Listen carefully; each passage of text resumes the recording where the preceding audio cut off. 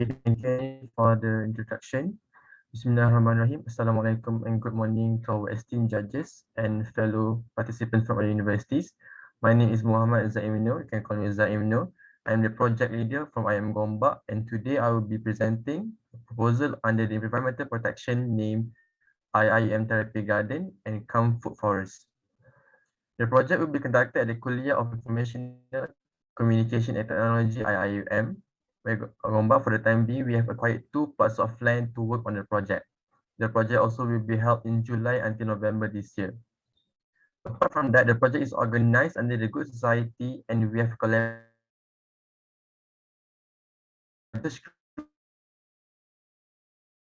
to work on this project where each party is on to the next slide. Our team consists of 4 undergraduate students. We have myself as the project leader, Ayu as the head of volunteer, and Iza, our public relation officer. On to the next slide.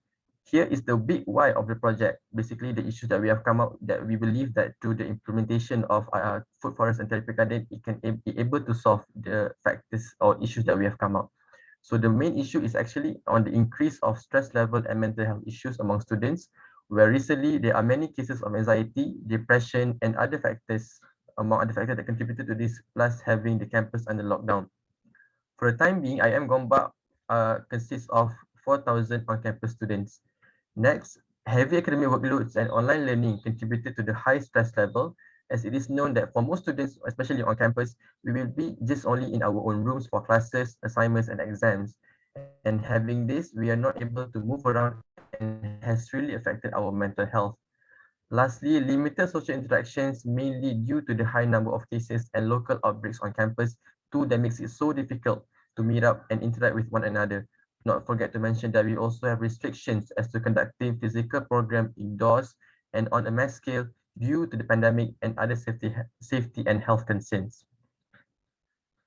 Next, on to the next slide explains the project impact and beneficiaries for this project. We are targeting around 300 IIM students as a starting point that will participate in this project. However, we also allocated around 20 to 50 students with mental health issues that require environmental intervention to decrease their level of stress and slowly make recovery. This effort will be in partnership with our counseling center, where we will identify the respective students for them to participate, and we will measure its effectiveness through giving surveys before and after the program. As for the project impact, there are 2 dimensions that we can highlight, namely environmental impact and social impact. Under the former, as a long-term impact, we do hope that the garden can be an avenue for the students to distress themselves, and undoubtedly it will improve the quality of the land in the sense that it will be fertile for any plants to be planted. Next, under social impact, we hope the students will have a good stress management skills by having gardening activities as their main medium to cope. At the same time, they can improve their quality of life, where many studies have conducted on gardening activities able to promote better sleep, healthy eating, that they will also inculcate and instill more self-awareness in terms of environmental protection and mental health by realizing their role in the matter. They can be the next advocates for such issues we should be. Next slide on to project activities and expected results and outcomes. Basically, the 2 main objectives that we will be doing is establishing a therapy garden where we will be harvesting vegetable plants and fruit trees. The expected outcome would be we will be harvesting them in the short term and a long term period. It really depends on the type of plants that we will be planting. For example, like the sweet potato plant, we can really harvest them in 6 months. And the last time we had 2 plots of sweet potatoes that we can get around 10 kilos per harvest. For other vegetable plants like kangkung and serai, it can be harvested in such a period of time amounting to 4 weeks. Later, I will show you the list of the plants and fruit trees and also list of vegetable plants that we have picked that we plan to harvest in the short and long term period. Next, the same garden will be used by the counseling center for their therapy activities like arts and culture for the students with mental health issues. We will also open the garden as a public area for any individual and groups to make use of. On the part of the students, we think the focus is on the gardening process itself, where the students can distress themselves by getting their hands dirty on the ground And not only that, they also able to enhance their social skills when they interact with other volunteers, but they also will acquire new skills like gardening and good stress management skills. Apart from that, from the harvested crops, they can take it for free and eat it in becoming healthier, thus promoting interest in gardening. On to the next slide. This is the proposed project location where we will having the garden A and B. And this is the project layout plan that we will be having. So this is the layout where we will be inculcating the elements of walkway, and we have designated certain areas for food trees and also vegetable plants. So garden A will be the main highlight of the project, and garden B also will be supplementary to the project. Moving on to the project timeline, this is in the span of 5 months from July until November. We'll be focusing on the activities such as recruitment of sub-committees and volunteers, clearing the garden, bedding for the garden, and starting from August, we will start our first activity, which is to build the rainwater catchment areas and learn on how to build compost online and offline. And apart from that, in September, we will also maintain garden and trees weekly. October, we will start with the collaboration with the Council Center on arts and culture activities to environmental efforts. And November, we wish to have the launching of therapy garden by our own rector of IUM, and also maintain garden and trees weekly on the span of 5 months. So this is the project budget. Basically, we would like to acquire a sum of RM 6,216 ringgit and 23 cents, where 70% of the budget will be used for planting equipment amounting to RM 4,344 ringgit, where the remaining 18% will be used for planting seeds amounting to 1,135 ringgit and 23 cents, and the balance 12% RM 737 ringgit will be used for decorations. This is like the general overview of the budget that we will be using. And this is the breakdown of the budget, where the first slide, as you can see here, is consists of the project materials or project of the project equipments, namely the spade, fork, wheelbarrow, a rake, water spray, gardening hose, black soil, secateurs, hoe, gardening glove, hydroponic set, potting soil. And moving on to the second slide is actually the list or the planting seeds that we'll be using, namely pokok betik, pokok kelapa, pokok limau, pokok rambutan, pokok jambu air, pokok manggis, ethnic spices. As to the short-term period that we plan to plant the seeds, we can see like the bayam Brazil, bayam merah, and the mixed plant seeds. Apart from that, plants like kangkung, salad, kacang panjang, jagung manis is also proven to can be yielded in the such period of 1 or 2 months. And just to stress that we will also to acquire a sum of RM 6,260 ringgit and 23 cents. And having that said, I think that's the end of my presentation for today. Thank you very much, and Assalamualaikum.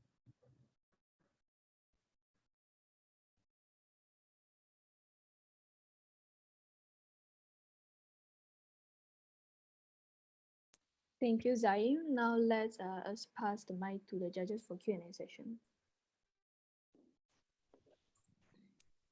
Zaim, may I know that beside the students, who else benefit from your projects? Sorry, sir, can you repeat again? Beside the students, who else benefit from your projects? Okay, the main group would be the students. Yet again, the other beneficiaries would be like the staff, like the janitor staff that also would maintain from one time to another. And we also have plans where the harvested crops can be also be given to the cafes and also kiosk operators in our campus. Okay, so who are the beneficiaries for the projects? The beneficiaries would be the students itself. Just a student. Yeah. Okay, and then the way that you plant your crops, any different from the kampung people, how the farmer plant their crops? Okay, in that sense, we actually the project is under a research group named INSAF, where they have developed a plan, that they have a plan for the farming itself.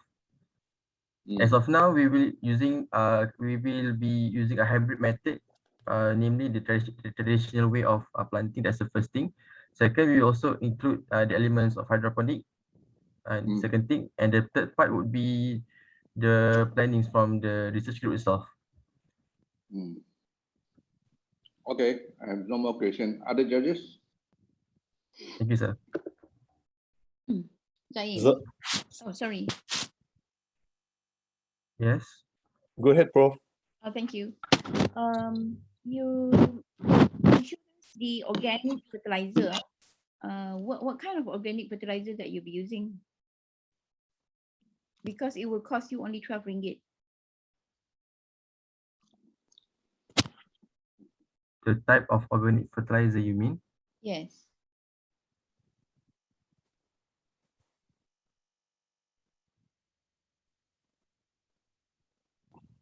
Hmm. You'll be using organic fertilizer, right? Yes. Actually, the organic fertilizer is to supplement the compost that we'll be using for the plants. Okay. So, if let's say you're going to scale up this, I mean, besides just the students who, I do understand that when you mentioned, this is a project to a good therapy for them. But besides the students, do you think who would you think other people that will can work together in this to help them also? Personally, in my opinion, since we have a neighboring communities like the Orang Asli people, Yeah. then we will also be collaborating in another sense, perhaps in another timeline, where right now our main beneficiaries would like to solve on the issues of mental health students as a therapy garden lah. So the elements of entrepreneurship would come later on. Okay, so this will cover about 300 students from IIUM. Yes, depending on the current SOP by the ministry and also our university Okay, as to the restriction on programs. okay, thank you. Thank you, Doctor. Hi, good morning, Zaim. Good morning. Yeah, this is a very meaningful project. I like it. The thing is, the advantage is because the university has large ground, for you to build all this garden.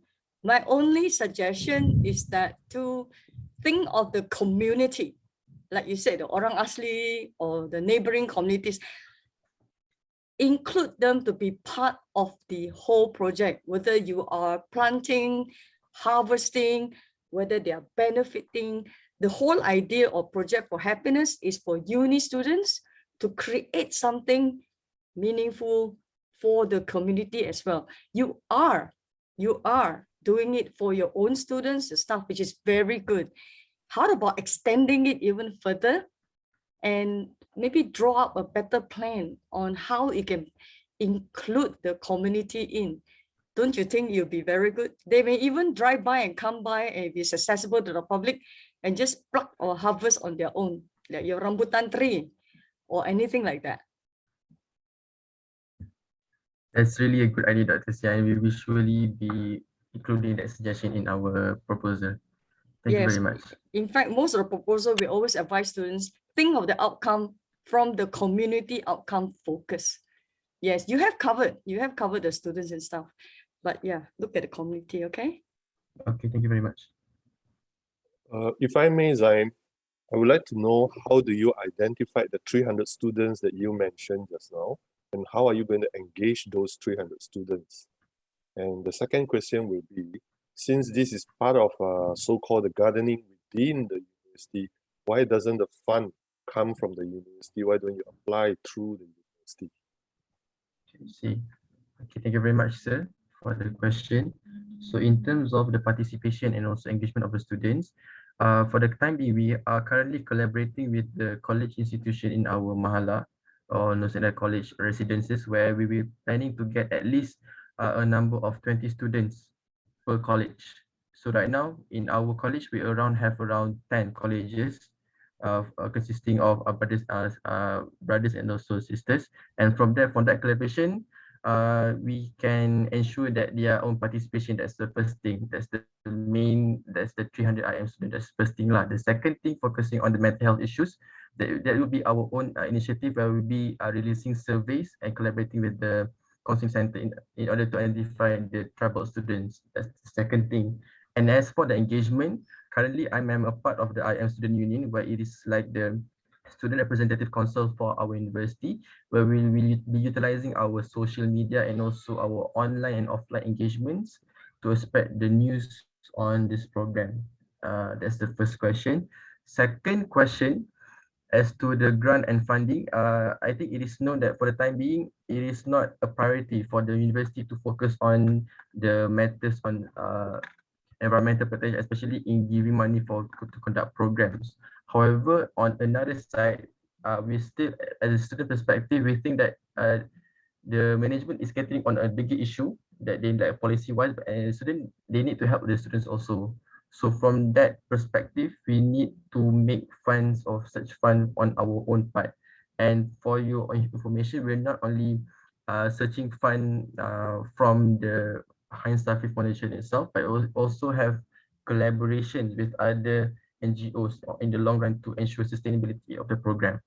And so mainly we don't get any fund at all from the university. Yet again, we also will be doing our own crowdfunding and also collaboration, and mainly gardening support and financial assistance from the Heinz Starfish Foundation. I hope that answers your question. Thank you very much. Yeah, my follow-up question is, how can you differentiate this project, so-called a project, compare with another gotong royong by the student? I think the one that can differentiate is the elements of sustainability, because in this program we have one of our aspiration to at least to commit it to in the period of 2 years. And and how we will sustain is actually through capacity building program to our own students in terms of like a two-way from the lecturer and also from the student, and how they can gather new skills in the long run. And also mainly the collaboration, not only from the students organization, but also the respective research groups that currently we are having on our campus. So we're utilizing our own skills and expertise in that sense, sir. Thank you, sir. Sorry, Naim, I have another question. You said that the harvest will be given away, right? So Yes, how do sir. you sustain? How do you, continue to have the money to buy more seedling and more equipment in the future? Is this one a one-off project? I see. Okay. Okay, for the time being, since our main project is actually to focus on the issue as a therapy garden in that sense, we have yet to discuss elements of entrepreneurship. However, the profit will still be used in the long run, and we will try to make profit in terms of we'll try to sell it to the current cafe operators. And for the water equipment, for the project equipment itself, we can also sell it like lease it to the organization that willing to use it for their own respective programs. Yeah, in that sense. Okay, thank you. And our farming expert, India Razak. Assalamualaikum. Good morning.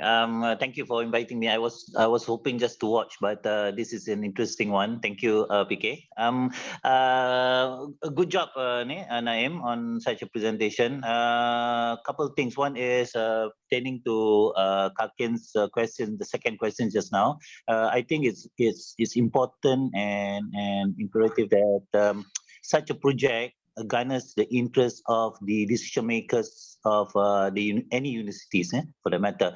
This is an important one as far as I'm concerned.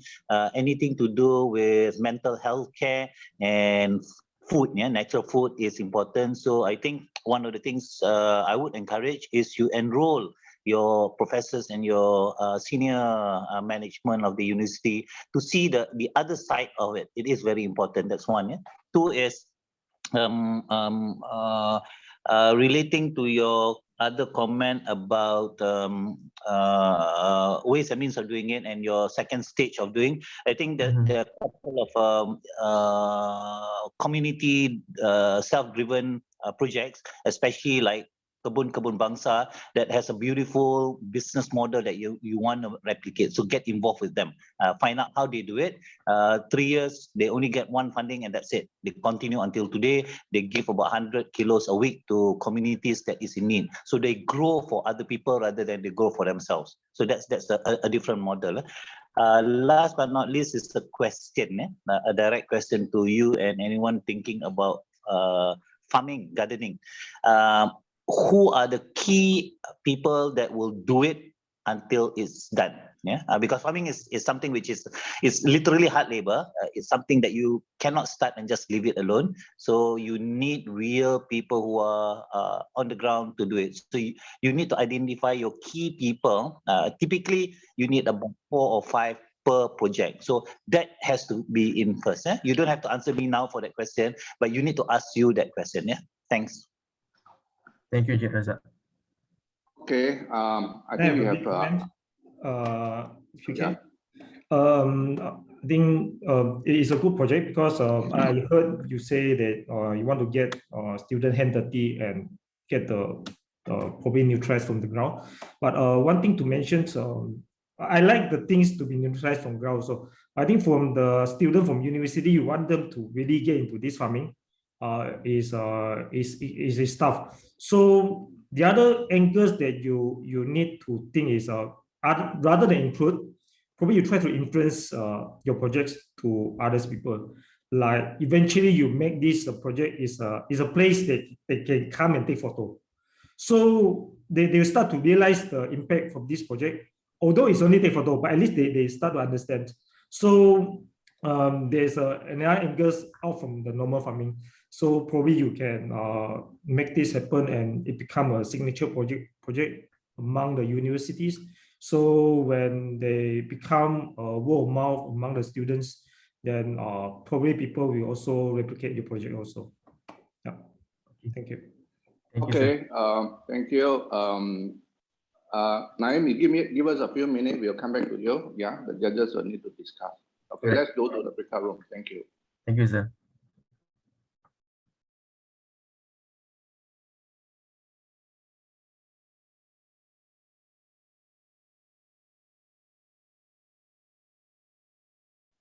Hi, Zain. Morning. Hi, who's there? I'm Annie here. So Hi, currently, Annie. Elena is not here because we're not doing Facebook Live. We're working with very few people today. So how do you feel about just now the conversation with the judges? I feel relieved actually, and one thing that is common in everyone is like they're really interested and appreciate the idea of inculcating gardening in students. What do you think about their feedback regarding the communities not including mulch enough? I think the main reason that why we are focusing so much on our community first because due to the restriction and SOP in place. Since right now we cannot really go out of campus, so hence we think that we need to make use of any resource that we're currently having. Again, we still will include the suggestion from the judges and will be improved in our implementation later on. It's really useful, the suggestion that they've given. Really means a lot. That's good. That's good. I hope you will pass the judges and to get the funding. Yep. Do you have anything to share within the presenters, like why do you start this particular project? Besides the presentation that you say just now, any like personal reasons that you want to share? I think personally the idea came from not only just to make a garden, actually it is like to provide a platform that students or like my friends can just make use of their time and just to find time or find some time away to not be stressed or like to be in their own rooms. So right now I'm working on the capacity of a student representative in the sense that on different platform where this project is not entirely under our student affairs related, so we're not really bound to follow certain restrictions, and this is also to accommodate the current on-campus students, because right now we cannot have any physical program. Yet again, I believe that since if it's done in a small number, then we can actually do something. Aside from that, I think personally, I myself is like I really love environmental things, not only gardening per se. Like I like to use Tupperware when do takeouts. So I would like to share my form of happiness with my friends. That's cool. That's cool. Um, yeah, I think in this pandemic, everyone want to do something within their restrictions. I want to do gardening also. Ah, I'm interesting. too much locked down inside the house, and my husband has been planting crops for almost a year now. We have grown tomatoes, and then now Mm-hmm. he's growing some sayur-sayuran somewhere. It's Did really you? healthy. Yeah, it Sorry? helps. Yeah, did you grow anything at your house? I'm currently on campus. Yet again, like my plant area is at the garden that I've mentioned in the proposal. Oh, so you're And gonna you're currently on campus right now. yes, I'm currently on Oh my campus. god! So how much of you are guys are stranded inside campus? Uh, Currently we have like 4,000 students on campus, but we're not really stranded lah. We're currently on our exam season, yeah, just Oh, waiting for us to go back. so when does the exam season end? Uh, this Sunday, Sunday, Sun- yeah. Sunday, and then you can go back. We hope so lah. Oh, But I'll oh, oh, but oh, I'll oh, be but yeah. I'll be in campus to make this project work. Oh, okay, okay. Yeah. So you're not going back home for the like from July to September, no. on until November until December, like the whole year. Yeah. Oh my God, you're so committed. Oh, should have told. Did you tell the judges that you are gonna in first? Sorry.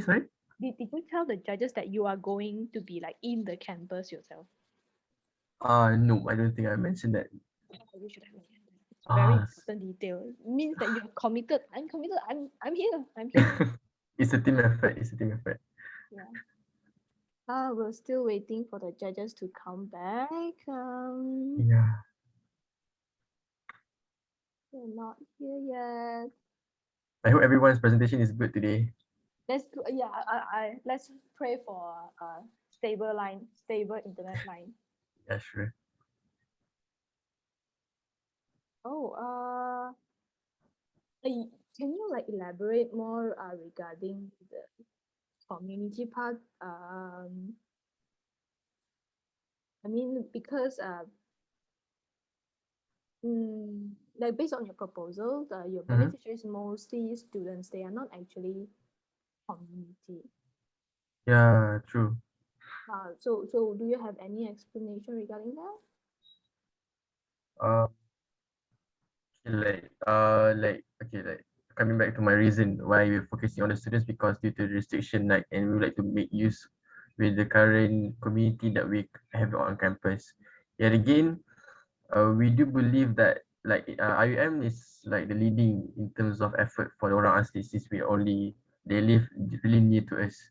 And it's just that during the stage of preparing the proposal, there's a lot of uncertainties in terms of a collaboration with the third party, and we cannot do site visit due to we're stuck on campus and everything. So we decided with my advisor that okay, we're going to focus on our own community first, and stemming from that, depending on the current circumstances, we will also be extending to other external communities. And actually, it's not personally for me, it's not really hard to find other communities, because there are several collaborations IUM with many entities. So we will be get in touch with those people. So So yeah. when the judges come back from breakout room, is it possible that maybe you can extend a little bit more explanation regarding the community part, and that you would uh, take consideration of what they just suggest?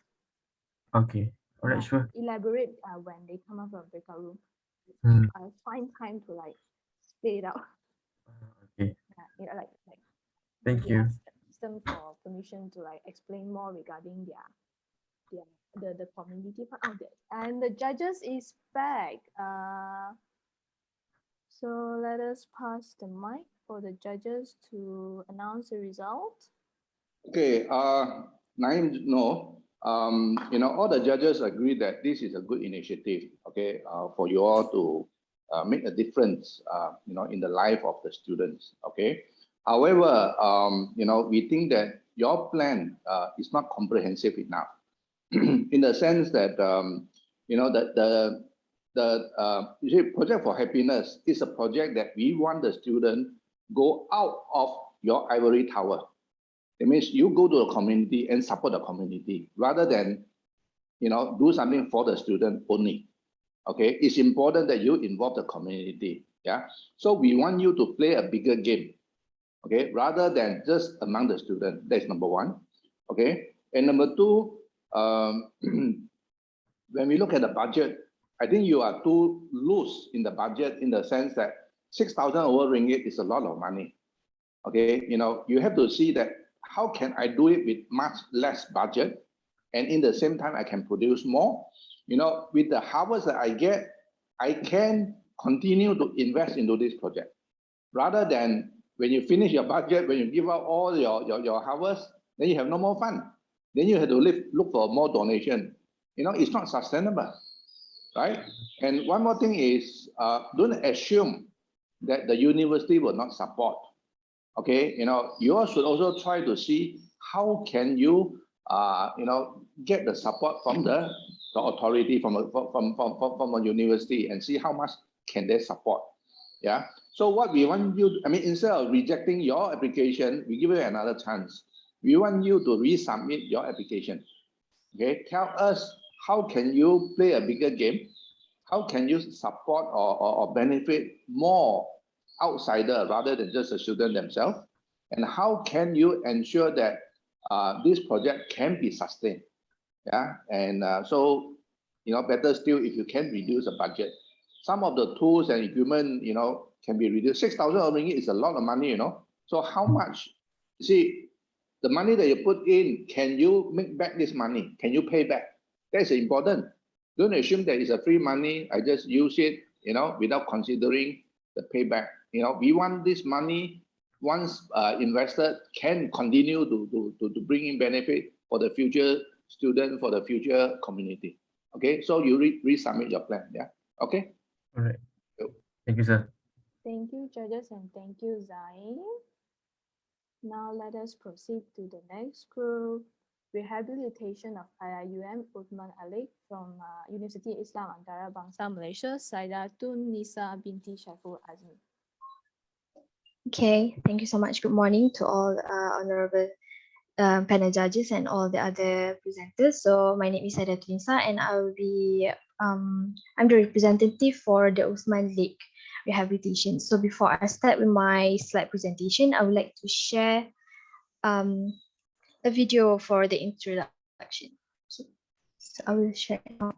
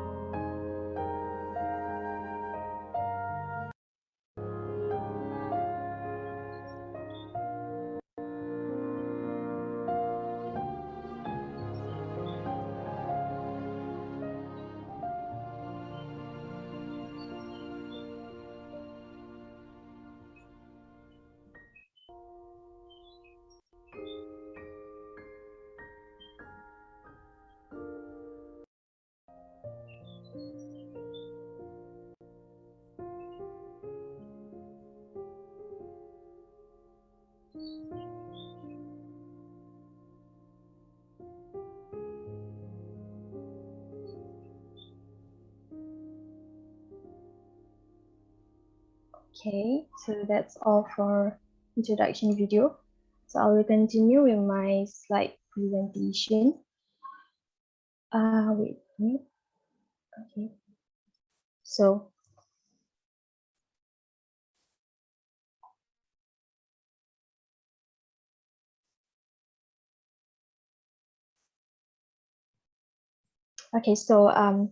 okay, good morning, and today I will be presenting about the rehabilitation of IUM Usman Lake, and I'm from International Islamic University Malaysia.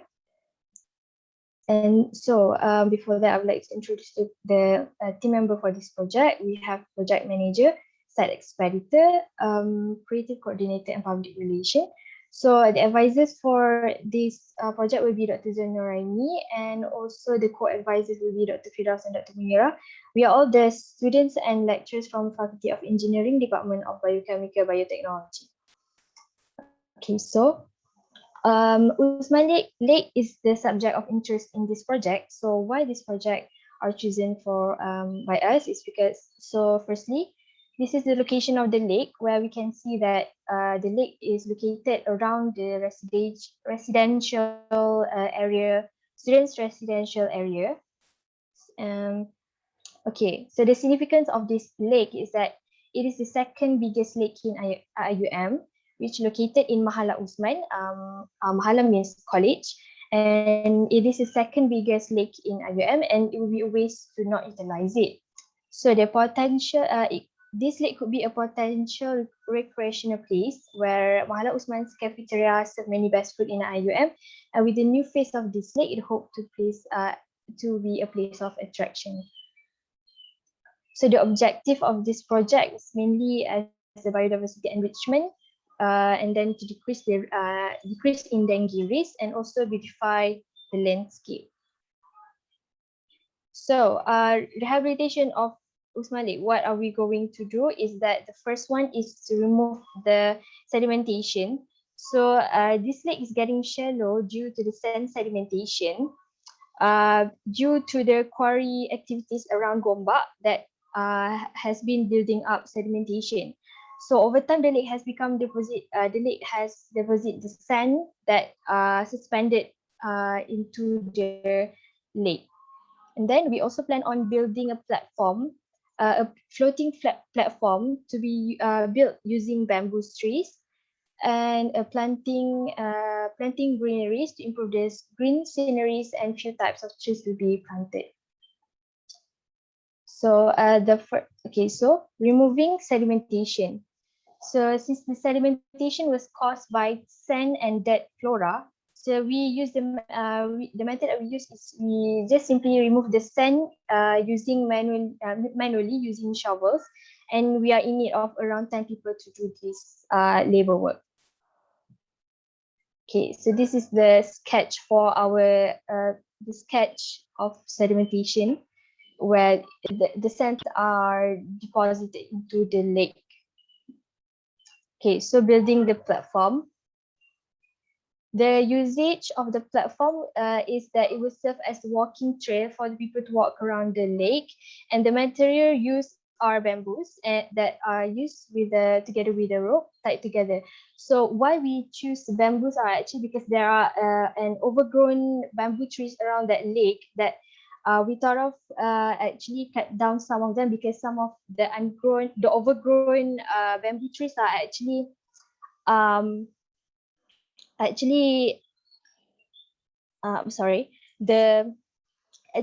disturb the nearby infrastructure like fences and also power lines. So we thought of cutting off some of them to be used as materials for the platform. So yeah, the bamboo will float on the lake, and the support will still be used to ensure necessary height present, avoiding submersion. Okay, so this is the location of the platform that we plan on, which is here, the bamboo pathway that we represent here in the figure. Okay, this is also the rough measurement of the platform. We estimated the width of this platform would be 1 meter, and then the length would be 3 meters.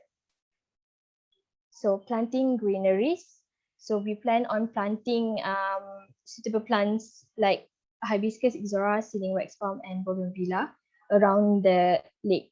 So how much does it cost? The cost that we for this project is, as you can see here, bench, which is we plan on putting a bench to the lake, around the lake. And then we, for bamboo, like I said just now, that we want to cut down few overgrown bamboo trees. However, the amount of bamboo might not be enough for the our desirable size of the platforms. Hence, that we also included it into the budget in order for us to satisfy the size that we want. And then we also have the materials and tools that needed to build the platform, and also to remove the sedimentation, such as shovels, hose, garbage bag, wheelbarrow, and so on. We also include a signboard. We plan on putting a signboard like "Welcome to Usman Lake IUM" and "Don't litter here" signboard. So when is the project schedule and planning? Is that, so the main idea came out on March, where we realized that this lake has not really been utilized due to sand sedimentation and no like bench or something around the lake. And the project planning started around April to May, and the idea presentation was around June. To spread about we spread our plan towards the community and join this opportunity, and then we might start the project around October. And for further preservation, we actually might include for every colleges, we actually have a representative committee, we call it MRC, where for further preservation, we might collect with them for them to make sure that this project ongoing will be in order for them to maintain this project. Okay, so this is the scheduled time for our project. First until 15 October will be the planning, where we buy the samplings and get volunteers for this project. And then the work will be on 16 October to putting out the sedimentation and develop the trekking trails. And on 17 October will be planting day and placing the bench. So that is all from me.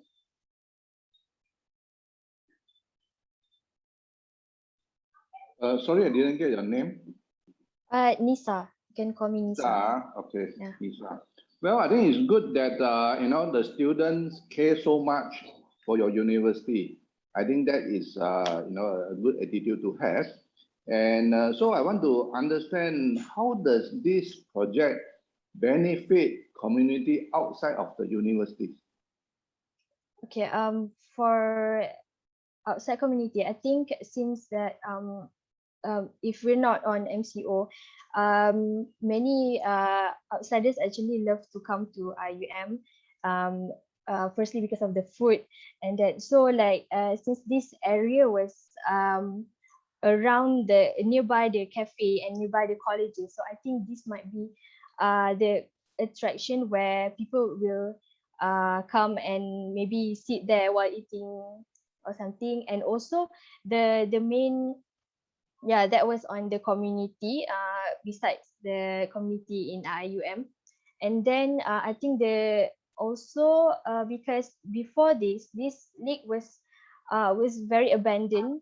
I mean, before this there are a few wildlife like fish, and also there are water lilies, but then due to the sedimentation and all, no fish are there anymore. So apart from the community and the greenery and the scenery, in terms of scenery, we also want to make this lake become better in environmentally.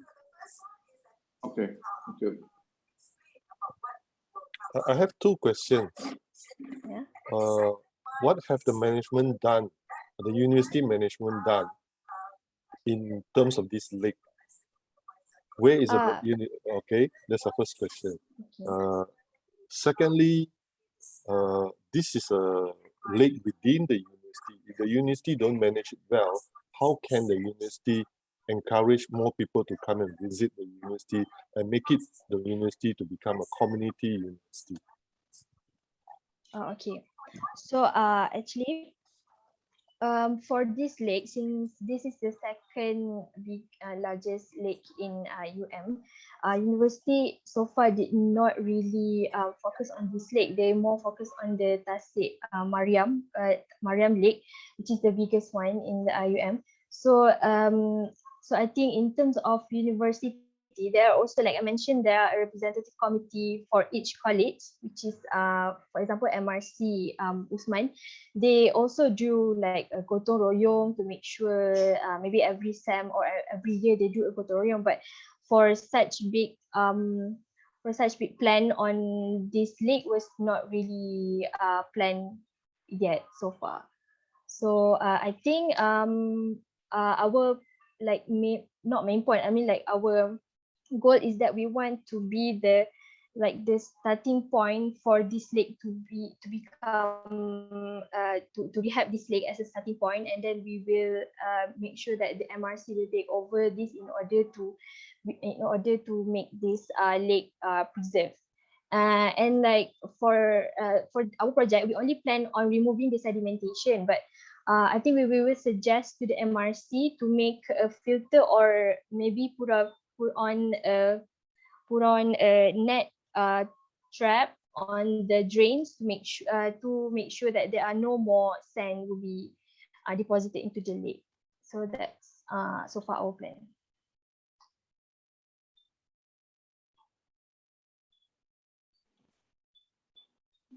Okay, other judges, any comment? Hi, Saidato. Thank you for your presentation. Your intention is very good to beautify the lake for the university with the involvement of the university community. However, for the King Starfish Foundation Project for Happiness, a large part of the project, in order to qualify to be funded, it has to include the community outside of the university. Okay? Yeah, so nothing wrong with your project. In fact, I'm thinking the university or you all can just go ahead with taking out the sand, the sediments, go stage by stage, experimenting without even much funding or any funding at all. So just to let you know, it has to involve the large part of it is the outside of the university community. Understood. Yeah. Okay. Thank you so much for the comments. Okay, judges. Assalamualaikum, Saidatul. I agree with the other judges. It's a good project. However, I still feel that it is skewed towards infrastructure and things that are meant to be taken care by the university. But I acknowledge that you all are passionate about making a difference, taking ownership of taking care and creating an opportunity. However, we wish, under this project of King Starfish Foundation, we wish that the undeserving communities are somewhat, if not involved, are the end recipient. I'll just give you some examples so that you can rethink kalau you dapat atau tak dapat this grant. For example, can the orang asli be the appointed caretaker of such a project, and then they create an opportunity to make money out of it in terms of like, for example, I don't know, because they have the technical know-how. They take care of the thing. They plant the thing. Can you run campaigns or tree planting around the lake by them, taken care by them? That means the end result is them, but you get the lake to be resolved and regenerated at the same time. For us as judges, we are strictly looking for how we can make a difference towards the deserving communities. So that will be our focus. Yeah? Thanks. Okay. Thank you.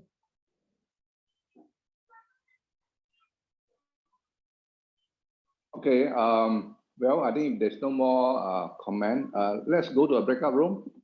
We'll come back to you. Thank you. Thank you so much.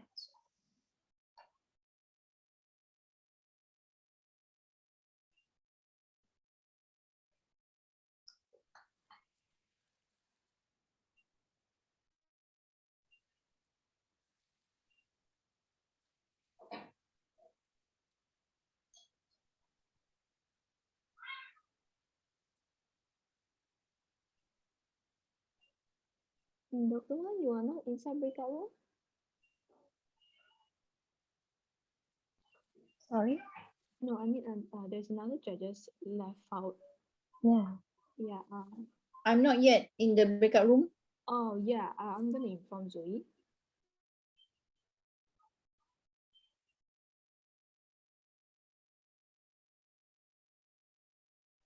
Okay, seems like the judges is all inside breakout room.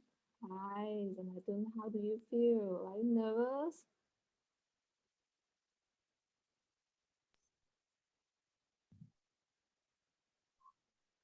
Jonathan, are you nervous?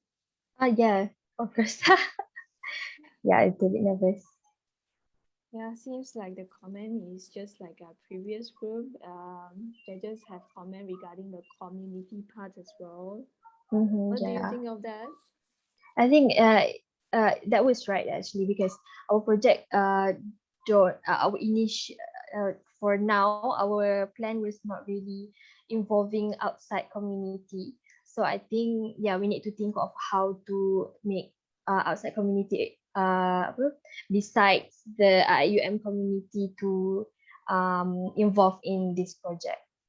Yeah, because this project is more on rehabilitating the infrastructure inside the university, right? So yeah. So what if the judges gave you another chance to like revise your proposal? Will you revise it? Yeah, maybe I would take the suggestion by one of the judges where maybe we can involve the Orang Asli community, because around our university there are nearby Kampung Orang Asli actually, so it was quite possible to maybe involve them in for this project. Yeah, maybe. Yeah. But with the current situation, is the university allowed like outside committee to like Oh. that?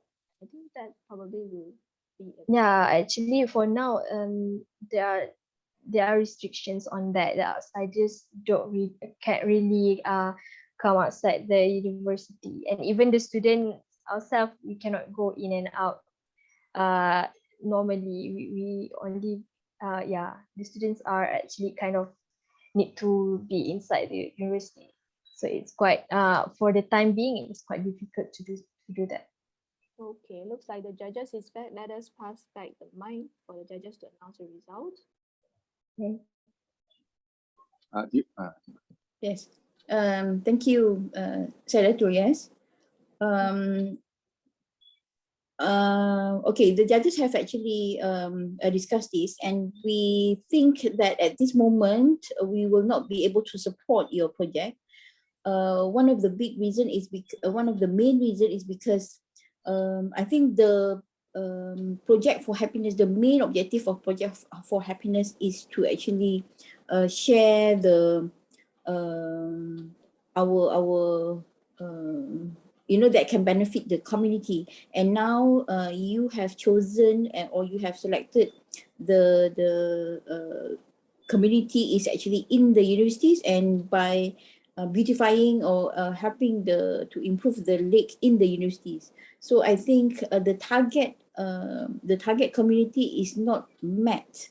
So we hope that in our next year perhaps you can improve and find the community that you want to help with their problems, so that you can actually really apply your knowledge, and also at the same time to make sense of whatever that you learn with the community itself. Okay.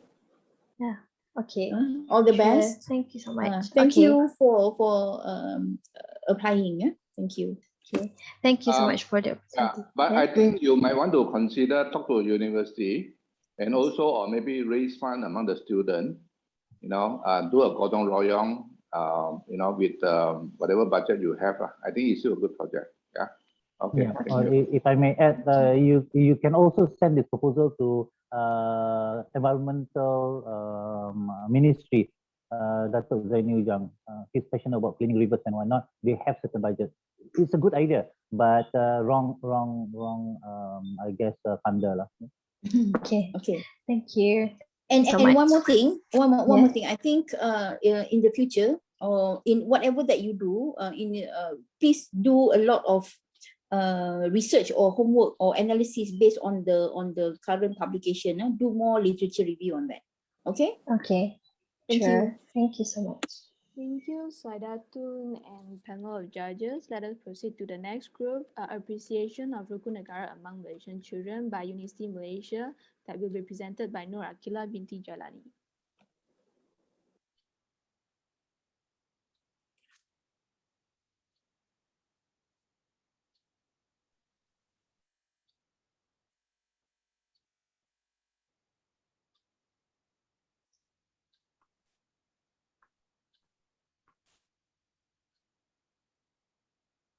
Okay, do we all know that Rukun Negara is more than just 5 lines? It is a complete statement of us being a good Malaysian in understanding of the national philosophy. Rukun Negara is a Malaysian declaration of national philosophy instituted by Royal Proclamation in 1970. But do we really understand these principles? So, I am here today to introduce my project which aims to execute the meaning of Rukun Negara in its whole context through play.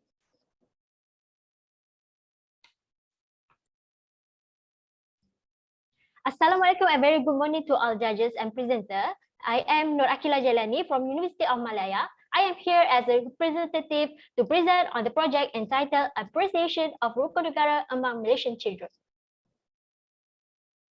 Before I start, let me introduce my team members. This project is supervised by Dr. Nur Hazza Hamzaid and me myself as the director with an assistant Hurun Ain Zaihan. We all are from Faculty of Engineering, University of Malaya.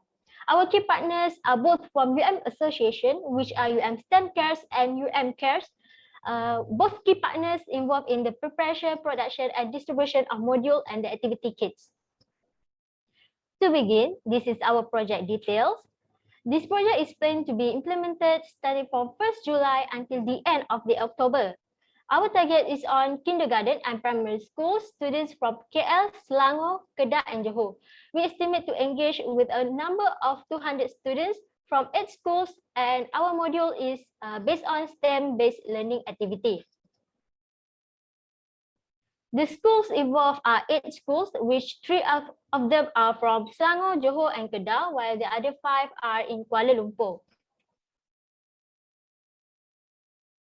So, why we choose kindergarten and primary school students? It is because that we believe a bigger impact can be obtained through introducing them with the module.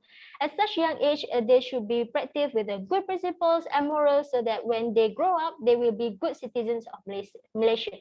They are also equipped with internet access and learning devices, so they will be able to join the 2 days program and access all learning materials that be given. In this era, they are also equipped with the basic knowledge on STEM activity concept. Therefore, it is easier for us to introduce them to the modules with limited time. Okay, our project concepts are built on STEM and 3H learning based. STEM stand as science, technology, engineering, and mathematics. This playful and creative activity will attract the young age participants in engaging with us. And 3H are hands-on, heads-on, and hearts-on. We believe that if this component like practical thinking and feeling is implemented into the learning sessions, it will be more meaningful to them. Therefore, these both concepts will take into account in planning the project activities. In conducting this project, we will use a book module, kits, and online platform, which is Microsoft Teams. There are 9 modules we will prepare along with their activity kits based on STEM concept. For each module, introduce have its own aim, which primarily describe the 5 principles of Rukun Negara. And because of COVID-19 constraint, we choose to conduct the project online using Microsoft Teams. This is because this platform is free and simple user interface. It also easy for us to break the participants into a small group to guide them as it has a breakout room function. And Microsoft Teams also accessible using the browser. And the platform also provide an easier way to share all learning materials and guidelines in playing with the kids. So this is the module book that will be used in this project. It is consists of 9 submodules with different activities in each. The language that we use is Bahasa Malaysia. Okay, on this slide shows the main modules which are based on the principles of Rukun Negara. As mentioned before, each module have its own lessons and activity. So at the end of each lesson, there is also an exercise to test the participants' understanding. For each principle, they will be introduced with a lesson that teach them the meaning of the principles. STEM-based activity will also be carried out to increase the impact of the lesson. Therefore, adding some playful education content might help the children to remember well while unconsciously training them using STEM concept. Okay, this is the example of one of module, which is module 1, kepercayaan pada Tuhan. And this module introduce the participant to the religions and its center of worship. And for a better result, a participant must complete simple exercise at the end of the module. And the STEM concept that apply in this module are technology and mathematics. So augmented reality or AR is introduced in this module. It is an enhanced version of a real physical world that is achieved using digital elements by technology. For the mathematics concept is come when the participant need to solve simple addition to move their token to other square. And this video shows how we play the activity. So basically this game concept is same as we playing the snake and ladders. Just we change the snake with the sungai and ladder with pelangi. There will be a dice rolling and a token movement. The only difference that we added some pictures that the participant can scan using their phone. And from the scanning, they will see the center of worship together with each match religion.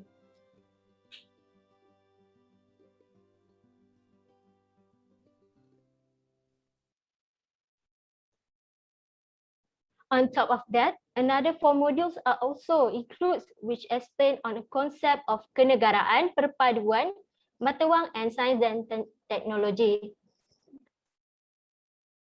Okay, this is the examples of kenegaraan module, and this module introduce the participant to the meaning of each component in Jata Negara. So the STEM concepts that apply in this module is engineering and mathematics, which they will learn on how to solve the problem whether through trial and error and so on. With the prepared activity, which is puzzle-based activity, they can apply their mathematics knowledge on geometry and proportion. As you can see from this video, it shows the Jata Negara puzzle.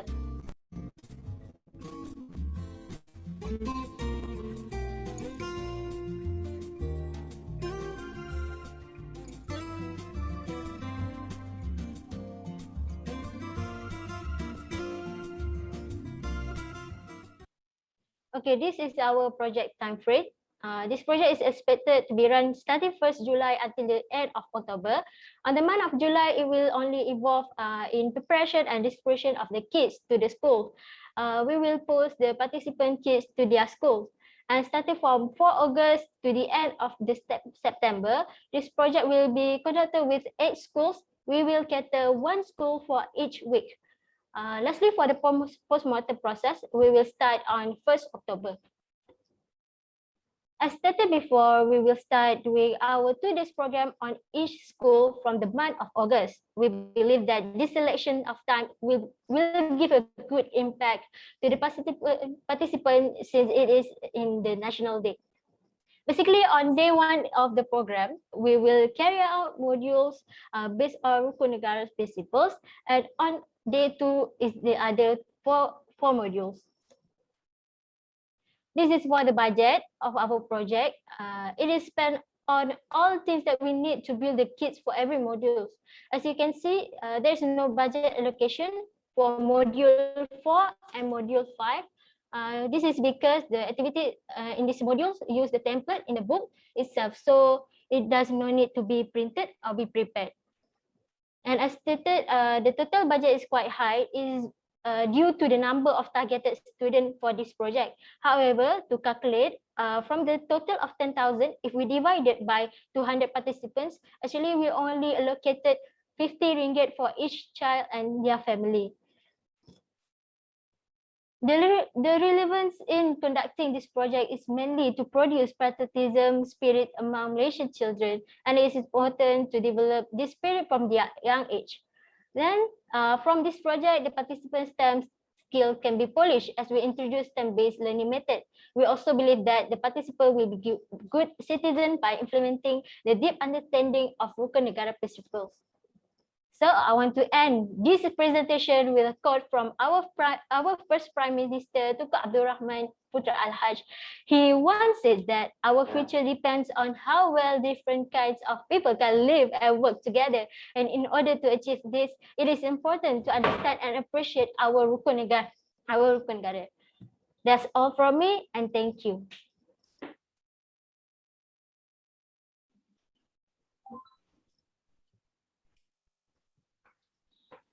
Okay, thank you. No, Akira. Okay, judges, any comment? Akila, Yes. thank you for your presentation and your proposal. I think it's a very good intention. May I ask, will you be having, because 10,000 is a lot, as you mentioned, although with that 200 numbers, 200 number of participants, do you plan to work with other NGOs or any other agencies that may actually contribute to your the things that you need? Because with this project, I think you can easily get contributions from them. Do you have any target people or planning for this? Yes, however, if we not get this budget, we will also finding our own fund for this project. And this project will be continue even though we don't get this budget from the foundation. Okay, one more thing. Mr. PK, can I ask one more question? Sure. Yes. I'm sure in they have like all the 3D printers, for example, 3D printers in makerspaces. Yes. That can actually maybe you can also approach them to get some to get the model to be printed out using 3D printers. That would be a great idea. Maybe for this approach, I will approach them to do some 3D printers things and so on.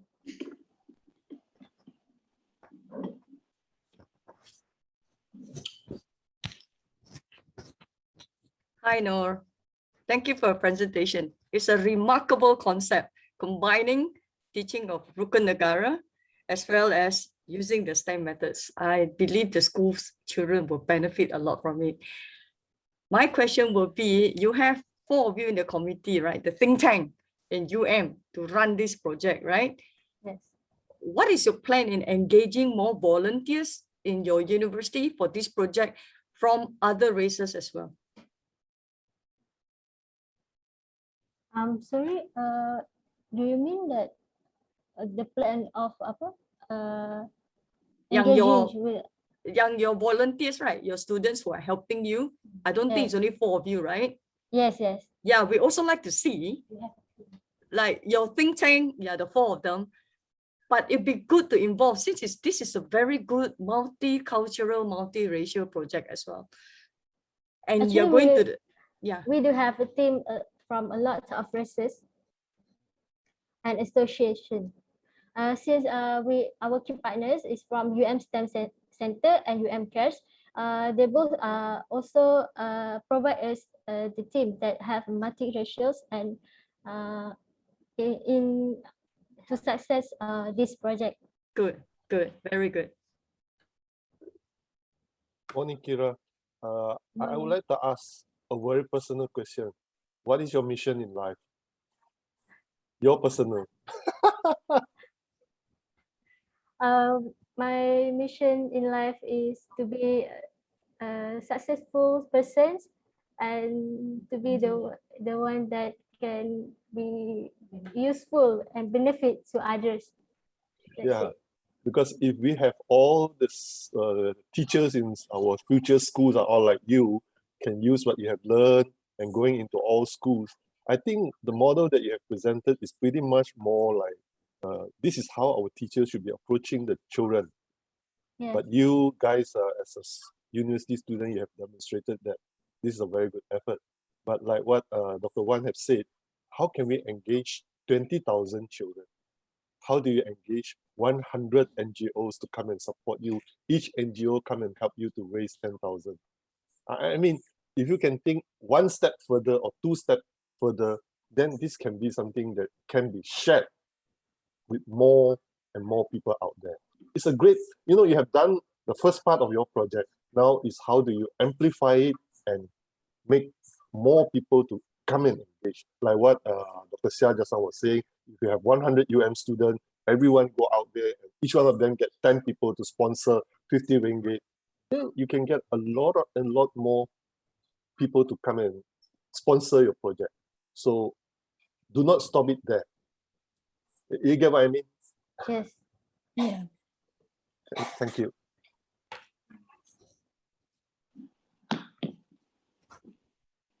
Assalamualaikum, this is Raza. Yes, I agree with the other judges. This is really much needed approach to solving an issue which is very pertinent in our country. Something which we somehow never let loose, and I think the current situation doesn't permit us to understand the basis of what was outlined many years ago. So I think I salute you in this such a project. Yes, I agree. It can explode into something really big, really powerful, really meaningful to Malaysians in the future. And already a lot of ideas that jumps in and out of my brain. But I think go out there and really explore the exponential growth of such a simple idea. You started with just cutting out the logo of the emblem and whatnot. It can actually go bigger and bigger and bigger. My goosebumps tu dah ternaik ni. So continue, really good. Thank you. Thank you.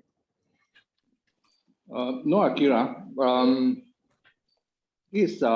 I like the project for a few reasons. Number one is, you all make good use of what you learn. The STEM's so-called knowledge and apply it to the community. This is fantastic. And number two, when I look at the school that you're going to work with, is multiracial. Okay, can you go back to that again? I noticed that there are a few so-called Chinese school and also Sekolah Kebangsaan. Is there any Indian school? Yes. Or this one is in Kedah, SJKT Saraswati. Okay. Yeah, okay. I mean, this is what I love the most, this is multiracial. You have a school from different so-called community, yeah. In fact, there are more Chinese school than Malay school and other school, yeah. So, but my only concern is the budget, okay. 10,000 ringgit is a lot of money. How can you do it with less, or with the same 10,000 ringgit, you can go to even more school? Yeah. So I would say that it's a meaningful project. The only concern is the budget. If the budget is too high, we prefer to drop down some modules rather than decrease the amount of students. We also can reduce the activities using the toys and the kits, but still get the same objective from our project. Good answer. I mean, to get the objective, the main objective, but try to reduce, less activity, but same objective can be achieved. but don't reduce the number of students. Yeah, Let's say the 200 has to go to 2,000. Yeah. That one, but jangan kurang dia punya ingredient. But the idea is to have more students with less money. You see? Yeah. Or you all go for a fundraising campaign. Yeah. Okay, you give us a few minutes. We'll come back to you. Thank you. Okay, thank you, judges.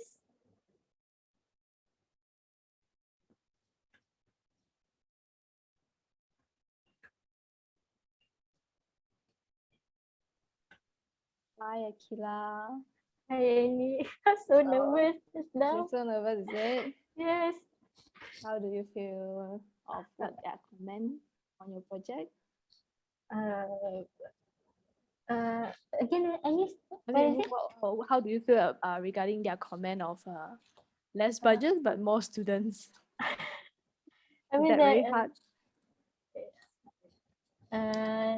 for that, I think their comments is much more positive comments regarding to our project.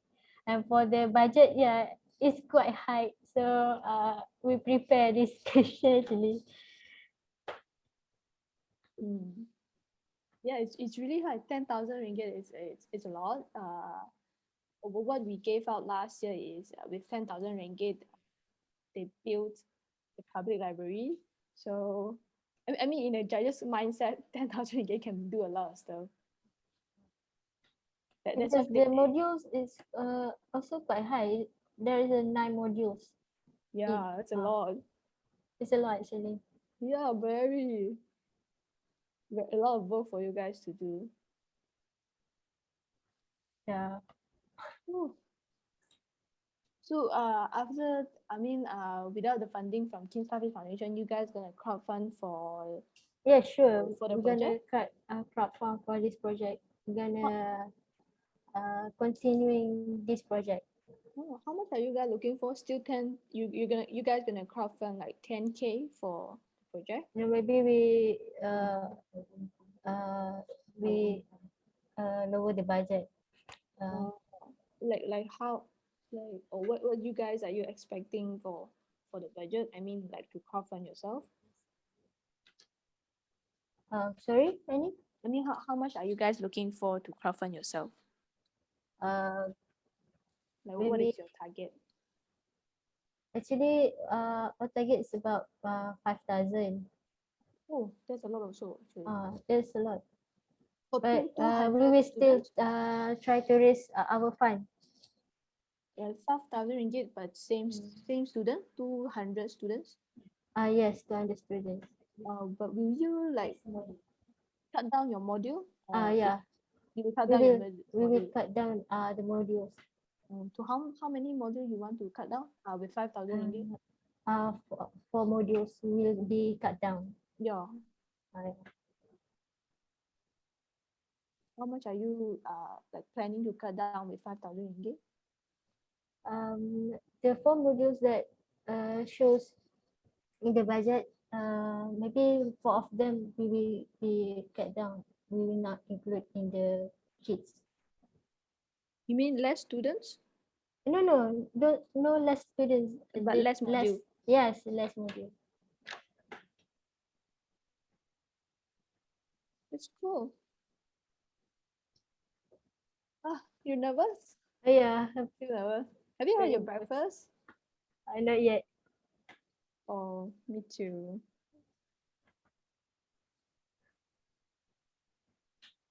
You want to share like why are you participating this project Rukun Negara? Like how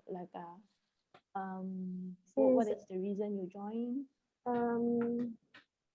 As we know that since this is in the pandemic situation, right? So normally the children will assemble in their assembly and recite the Rukun Negara principles that since we are in the pandemic, so there will always be online, right? So there's no recitation. If I'm not so sure if there is a recitation of Rukun Negara, but for sure, there's no recitation during this pandemic, right? Because there's no assembly and there's no face-to-face among the teachers and students. So I take this opportunity to join and help the students to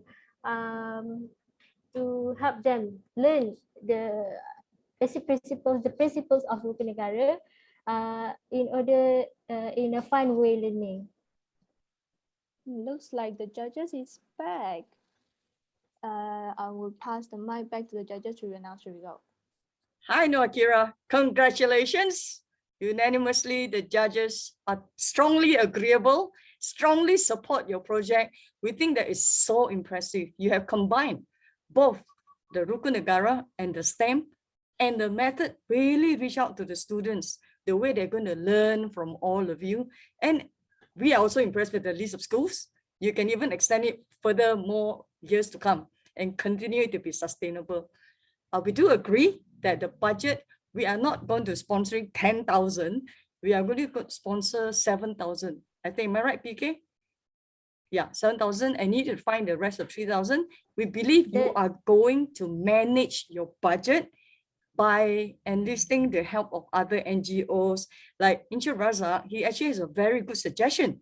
He can connect you with the Reka chapter or Reka, the NGO, to even help you to make the blocks, the wooden blocks, or help you to create some of these games without even much cost.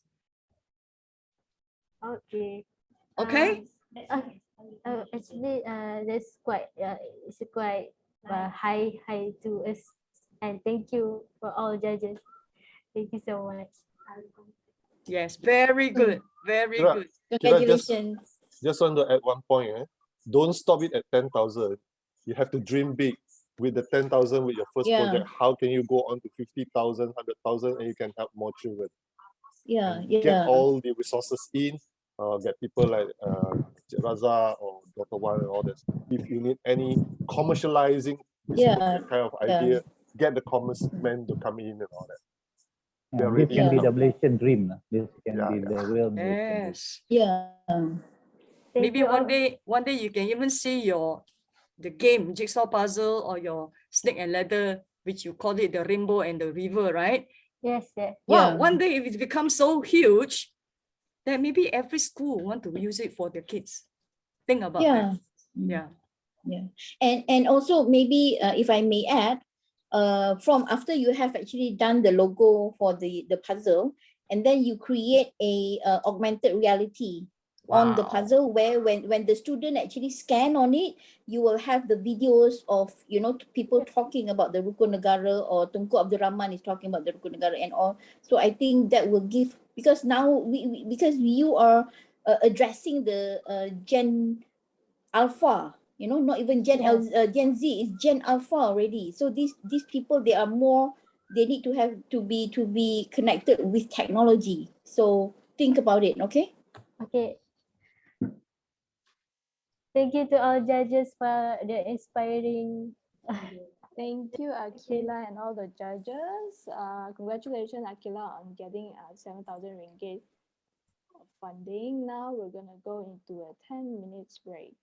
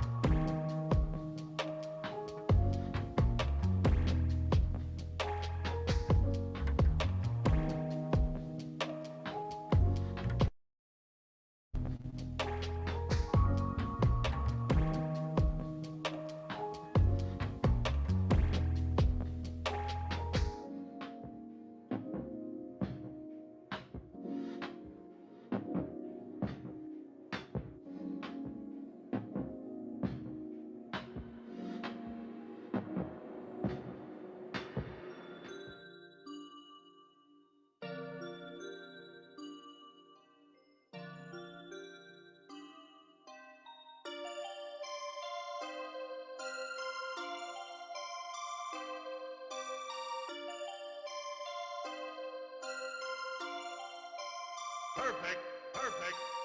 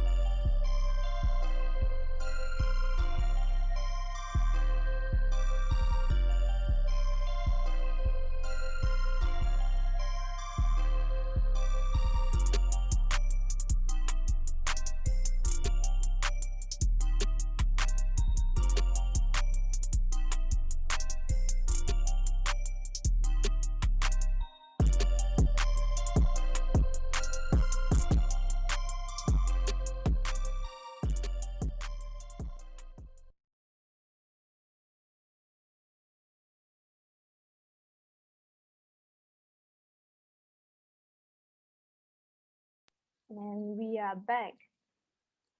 Now let us welcome the proceeding group Green Lantern from University Science Islam Malaysia, presented by Nur Shazwani.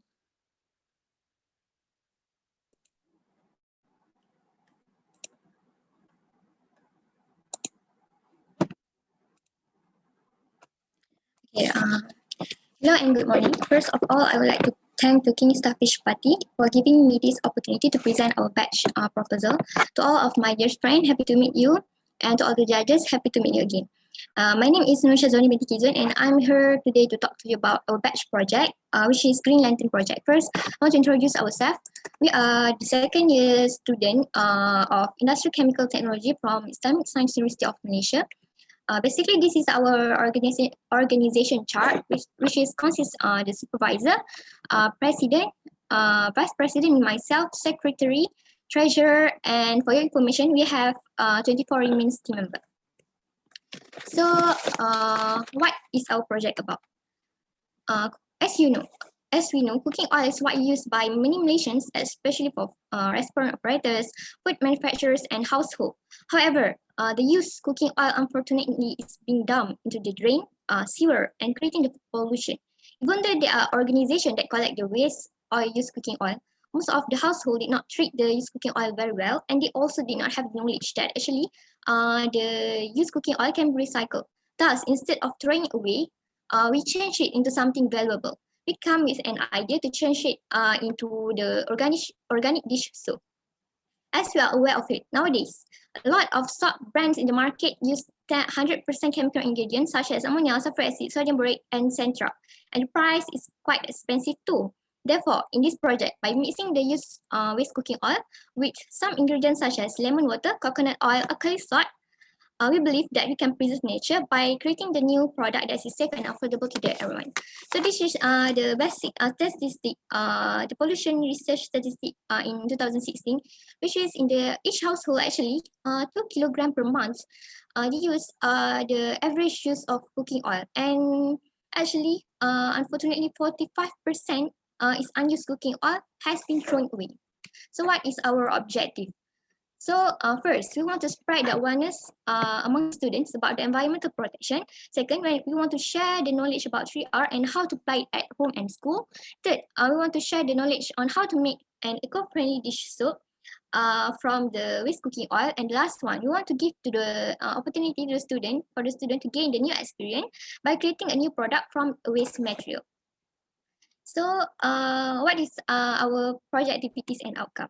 So basically, this is our basic information about our project. This is the main start of our project, which is we will help it on 12 September 2021, which is on Sunday.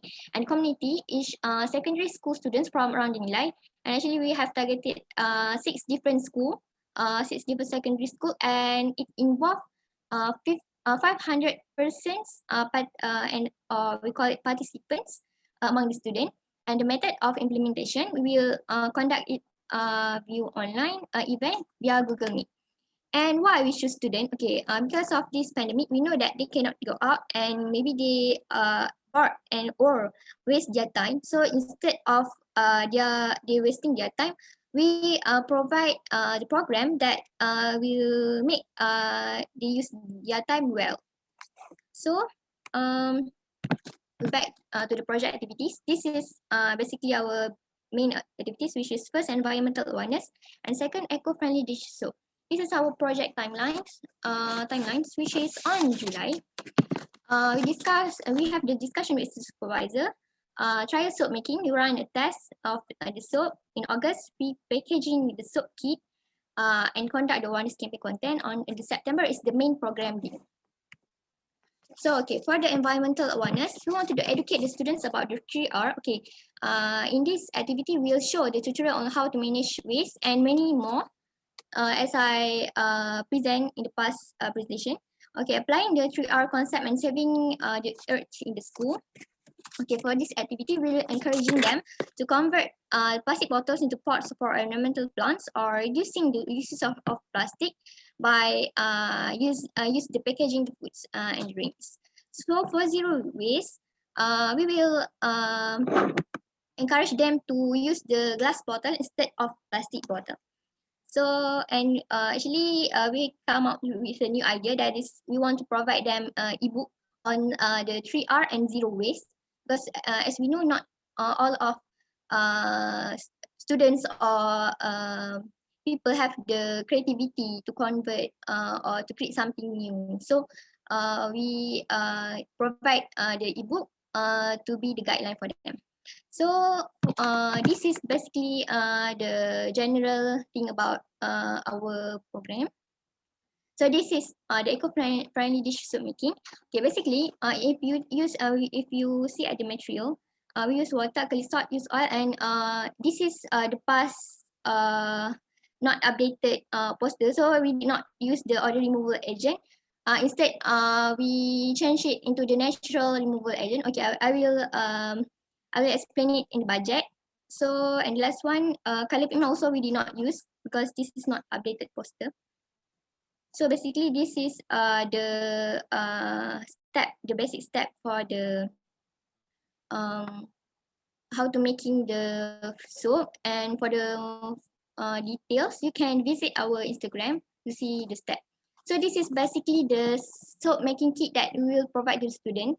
It will contain all of these things. So okay, the flow. Okay, first we will packaging the we will do the packaging process, which is kit making, and then we will post it to the students. And when the kit arrive at their home, the students will use it on the program day, and they will finally make their own soap. So outcomes. For the outcomes, we have four general outcomes. First, okay, for the first and second, gain knowledge, and the students will gain more knowledge about environmental protection and how to deal with it. And second, the students will know how to recycle the waste materials to form new product. This is the outcome for our first activity, which is environmental awareness. And the third and for the third and fourth, invent new product. The students will try to able to make their own new product from the waste, and in the future, they can be entrepreneurship. So for the last one, the students will get new experience by learning and applying the knowledge at the same time. They can be more creative. Maybe they can use their own flavor instead of use the thing that we are provided. So okay, how sustainability of this project can occur? First, we create poster, videos, and ebook. Also, ebook. This is the new things about our project. If you compare it, to the past presentation, and then we will post it on the Instagram. You can visit our Green Lantern project at Instagram, and the students can view the posters and the videos, and then we will encouraging them to spread to their friends. So okay, budget. So this is our budget. So for the direct equipment, we will use for alkali salt, coconut oil, silicone mold, pepper boxes, gloves, and printed procedure. All of this for the 500 participants. And for the elemental analysis, we use 65 ringgit, and the total budget is 2,265 ringgit. So if we count the budget, the soap making kit price for the each student, we will use 4.53 for each student, and with 4.53 cents, they can invent the product, the soap that is approximately to 600 gram soap. So if we compare the organic soap price with the market demand, we can see at the market demand, they for 300 gram, they consist 9 ringgit, and that is for the used oil. But and we see it from the perspective of new oil. We can see for 300 gram, 11 ringgit. But for our product, which is approximately 600 gram, it's only use 4 ringgit 53 cent. So okay, this is comparison project. The past presentation, and this is the updated one. Okay, before we targeted the participant 50, but now we targeting the large audience, which is 500 participants. So actually, with the large audience, we can save about 175 kilogram of waste cooking oil. So okay, if the past we use the plastic bubble wrap, and then she challenges to make it more green. So we decided to use shredded paper and boxes, which is free, and it is also will contribute to the environment too. So for the cooking oil, coconut oil, for the past, you say that if we can reduce it. Yes, we already conduct and run the test. So we use the minimum number of coconut oil, which is only 55 milliliter, and actually we cannot reduce it because we want to preserve the quality of the soap. So there is no oil that can replace the coconut oil. So coconut oil is the essential thing actually. But we conduct the test, and we decided to get the minimum number of quantity of coconut oil. So for the odor removal, we remove. Sorry, this is typo. We remove the odor removal agent, which is saved to 650 ringgit. Instead, we use the natural odor removal agent, which is ginger. So actually, we can remove the unpleasant smell from the waste cooking oil if we use ginger. So this is the comparison budget, comparison price for the past maybe 30 ringgit for 2 container, but now it up to 453 ringgit for 2 container. So it save triple or quadruple. Okay, quadruple. So okay, as I mentioned before, if we look at this, for approximately 600 gram, if we compare our product with the market price, used cooking oil of the market price is 18 ringgit. For the new oil, 22 ringgit. But for our product, approximately 600 gram soap, we only cost 4 ringgit 53 cents. So that's all for me. Thanks, and don't forget to follow us at Green Lantern Project. Thank you.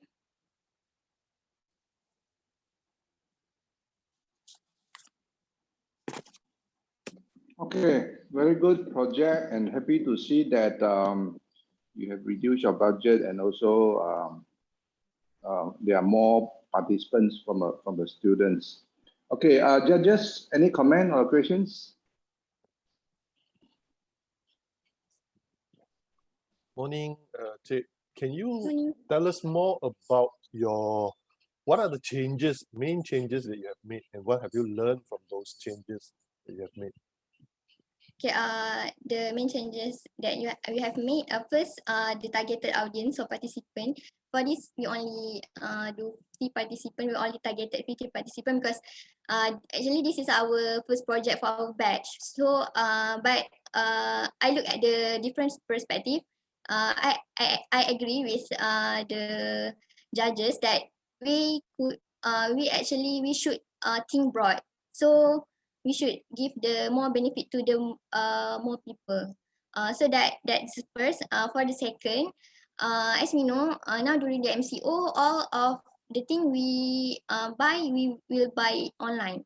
So it consists or it needed the most use of the bubble wrap. So instead of use the bubble wrap, actually we can replace it with the shredded paper, which is will contribute more to the environment, and also we can save in terms of the cost. That is what I use. And actually when we run the test, we do the experiment by self to get the minimum number of the oil, removal agent, and so on. Hi, I got a question. I think it's a big changes from a previous presentation compare now. It's a big amendment, and then I think you'll do a research on that. I do see that you mentioned that you're going to have 500 participants.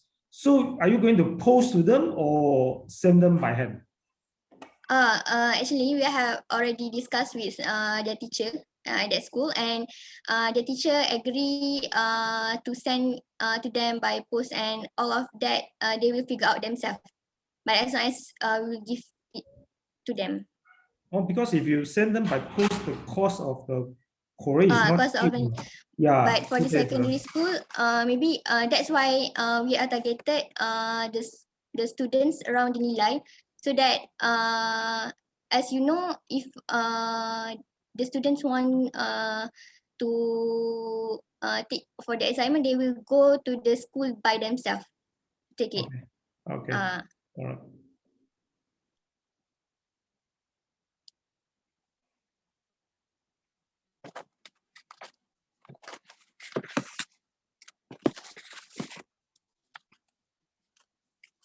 Okay, as there's no more question, we'll come back to you. Yeah, give us a few minutes. Thank you. Yeah.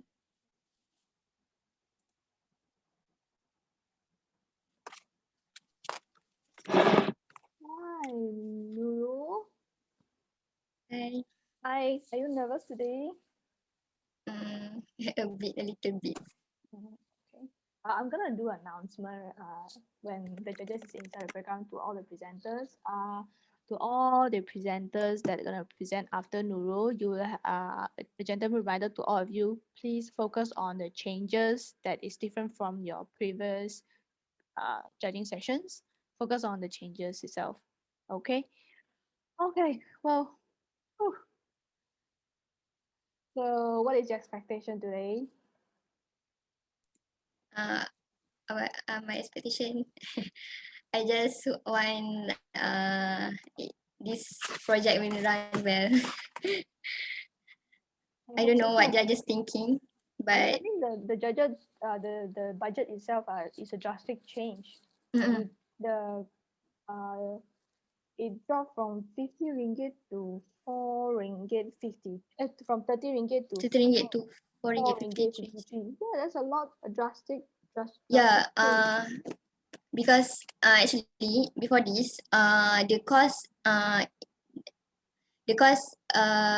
contain the higher because they calculate it with the postage. The postage is very expensive. So when we remove the postage, the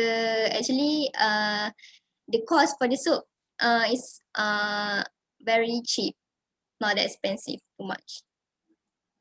You are using ginger inside the coconut in the inside the oil Instead of for odor removal. Oh, so they are going to buy ginger themselves. Oh, looks like the judges is back. I'm gonna pass the mic back to the judges to announce the result.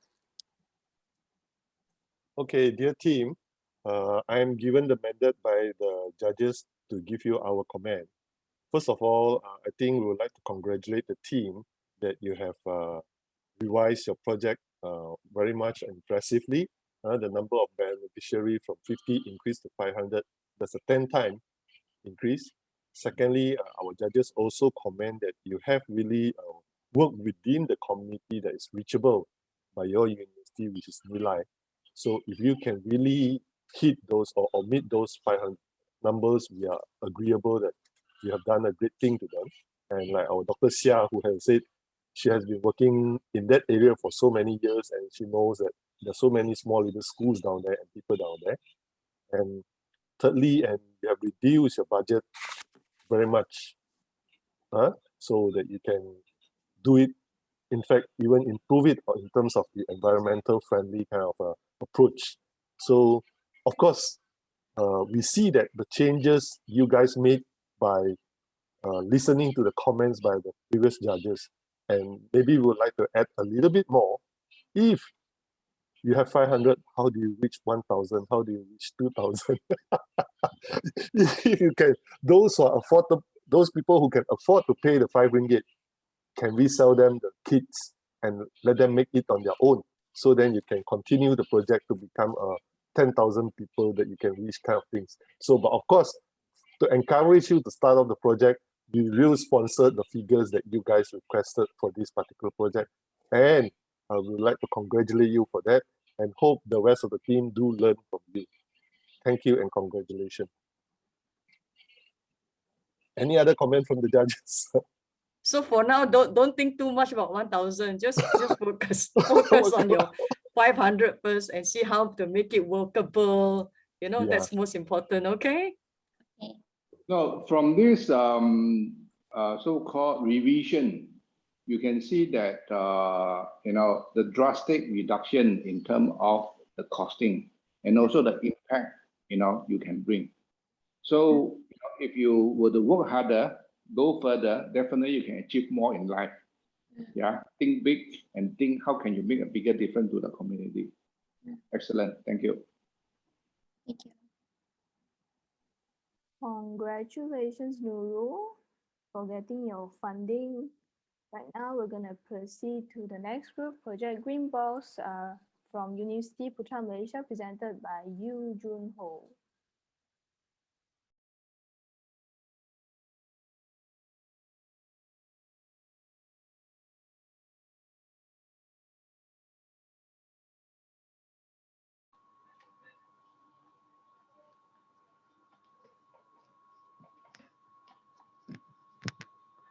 Good morning, judges and my fellow friends. My name is Jun Ho. So I'm representing my team Green Box to present our project idea called Project Green Box. So now let's start our presentation today.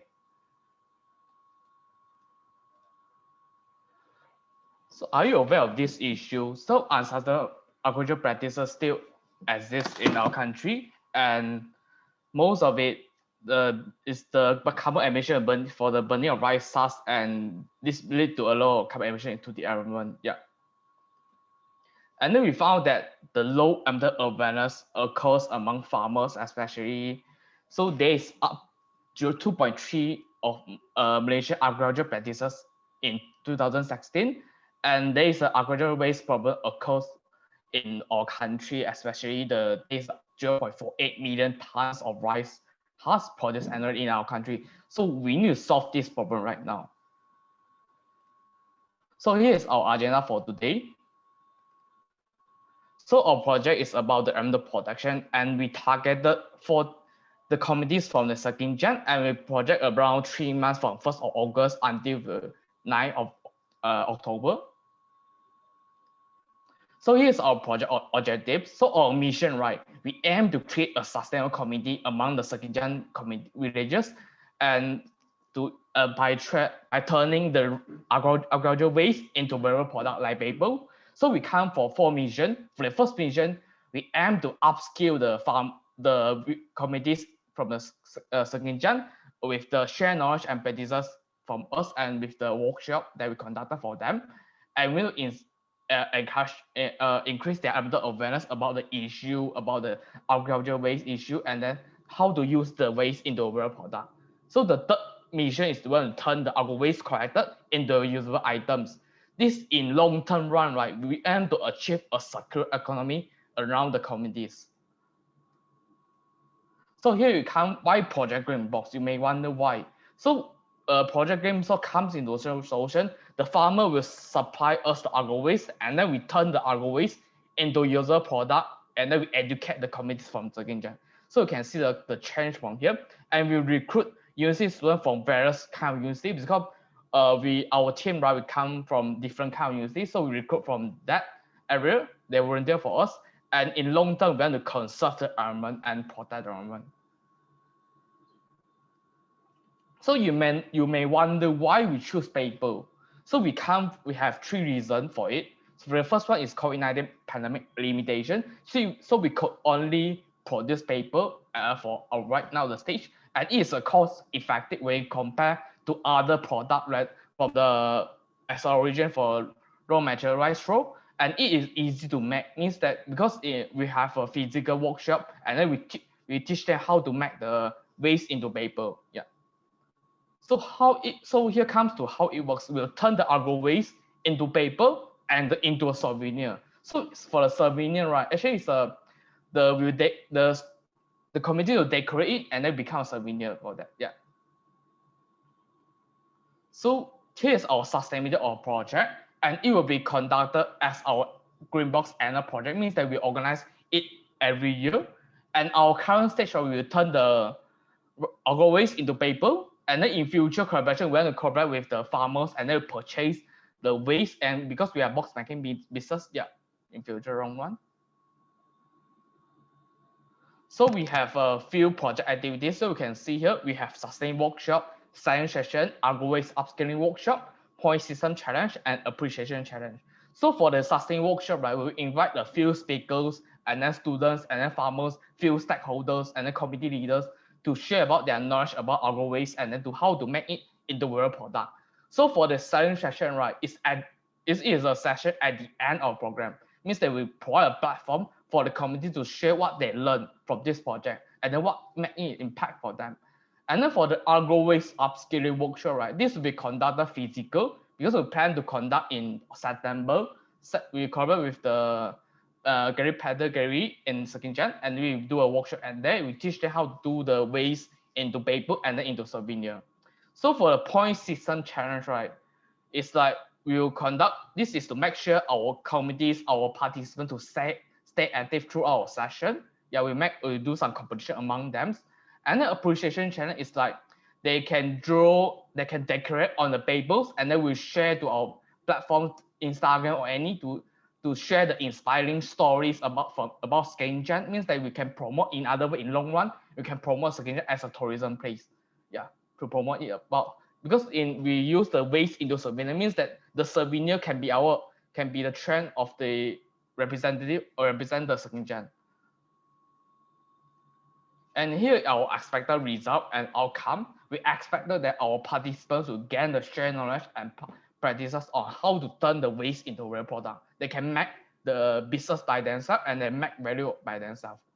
And then in long run, because we are planning to do the praise project annually, right? Because awareness is a thing you need to do continuously. You cannot do one time. So we plan to do annually to increase the awareness among the communities in Sekinjan. We want to build a communities at there. And then we want to increase the sustained awareness from the youth and the public also, yeah.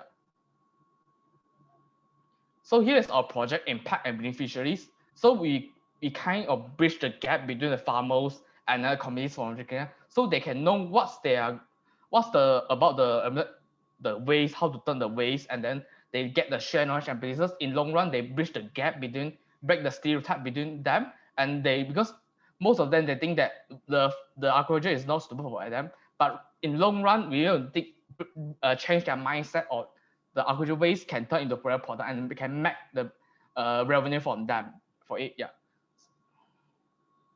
So here's our project time frame. So you can see that at first we have preparation stage. So at first we recruit a few volunteers for university students and then material sourcing, project preparation.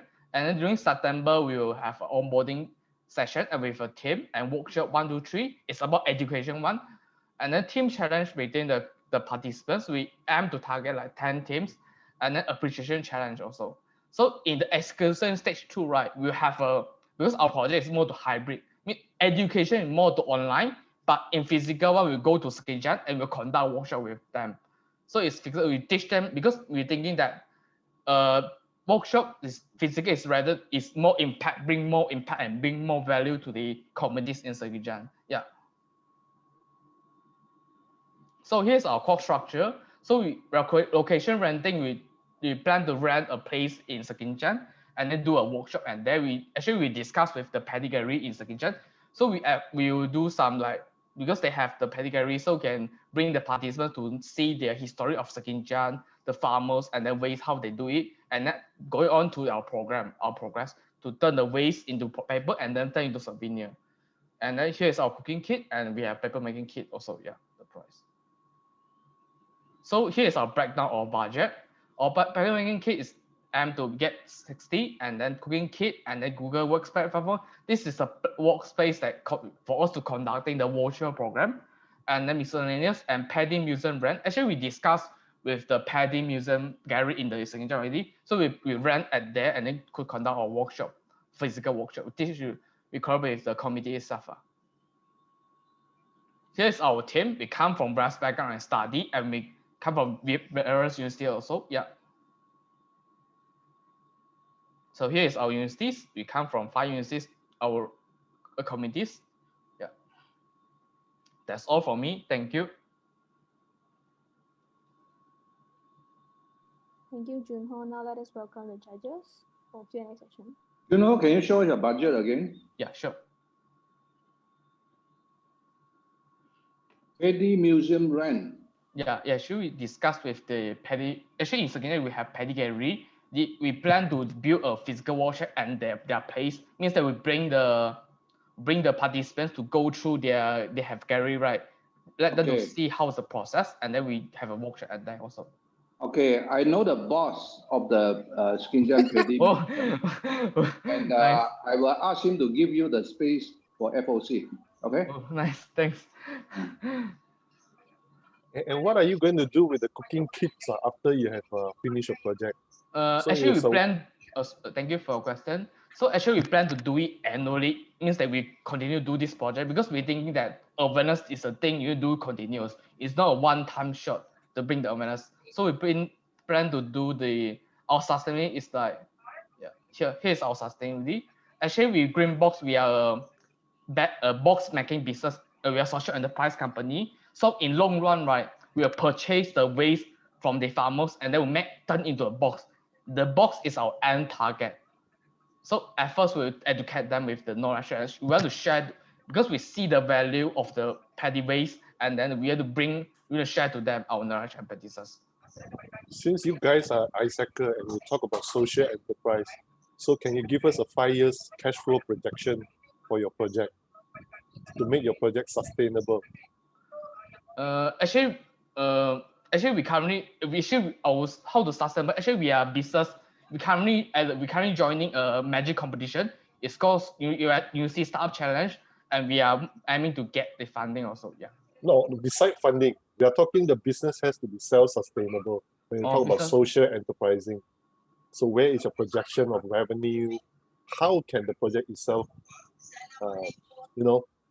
generate revenue on its own?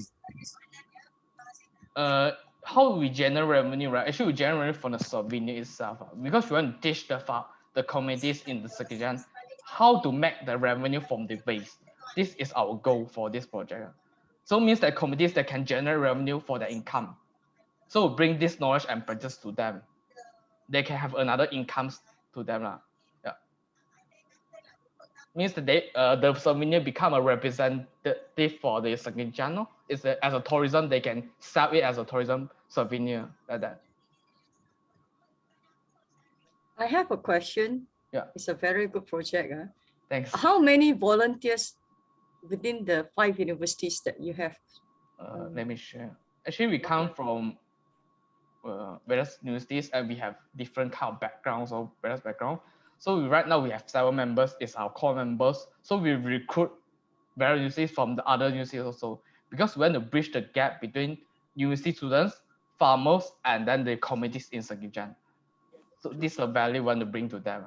Yeah, roughly how many volunteers are you going to engage? We targeting like because we have a facilitator and then marketing different kind of departments, so we targeted like maybe 30 volunteers like that, 30 or 20, yeah, roughly the figures like that. Because we will separate our participants into 10 teams, so we have facilitator during the session, and then for the physical one, right, is our core members going to that because we're thinking of concern COVID pandemic, so our core members will do the physical workshop ourselves, rather than asking volunteers to help us. Yeah. How many targeted students are you targeting? Sorry. You mean the volunteer, is it? No, not the volunteer, the targeted audience. How many targeted audience that you expect to recruit in this program? Okay. So we targeted, right? Our breakdown is 20 youths and 20 public. So we want to bridge the gap between them to let them know the practices and knowledge. So But this is our first stage. Sorry, you're having about close to 30 university students, and then you're working with 20 youths and 20 publics. The ratio is a bit. No, sorry, may I clarify one thing? So actually, right, our volunteers is some they will work at a back end stage like marketing or any poster decoration or video editing. So facilitators will be around 10 facilitators. They just conduct the workshop during on the day. Means that 10 versus 40s. Yeah, I understand that you are from the private universities. One of the Kin Starfish Foundation, the Project for Happiness, we want to encourage you all to also, among the volunteers, the community as well, to be multiracial. Yeah. Yeah. Yeah. Yeah, I was going to say that also. Thank you, Dr. Sia, because it's not multiracial. Also, your volunteers, your members from even other universities besides UPM are all from one racial, from one race. Yeah, I agree with what Doctor said. So our just we open to all. We don't restrict one race as well. Because we aim to bring the value and the impact to everyone. This That's is our right. goal. Yeah. That's right. Yeah. Okay, give us a few minutes. We'll come back to you. Thank you. Thank you. Thank you, judges.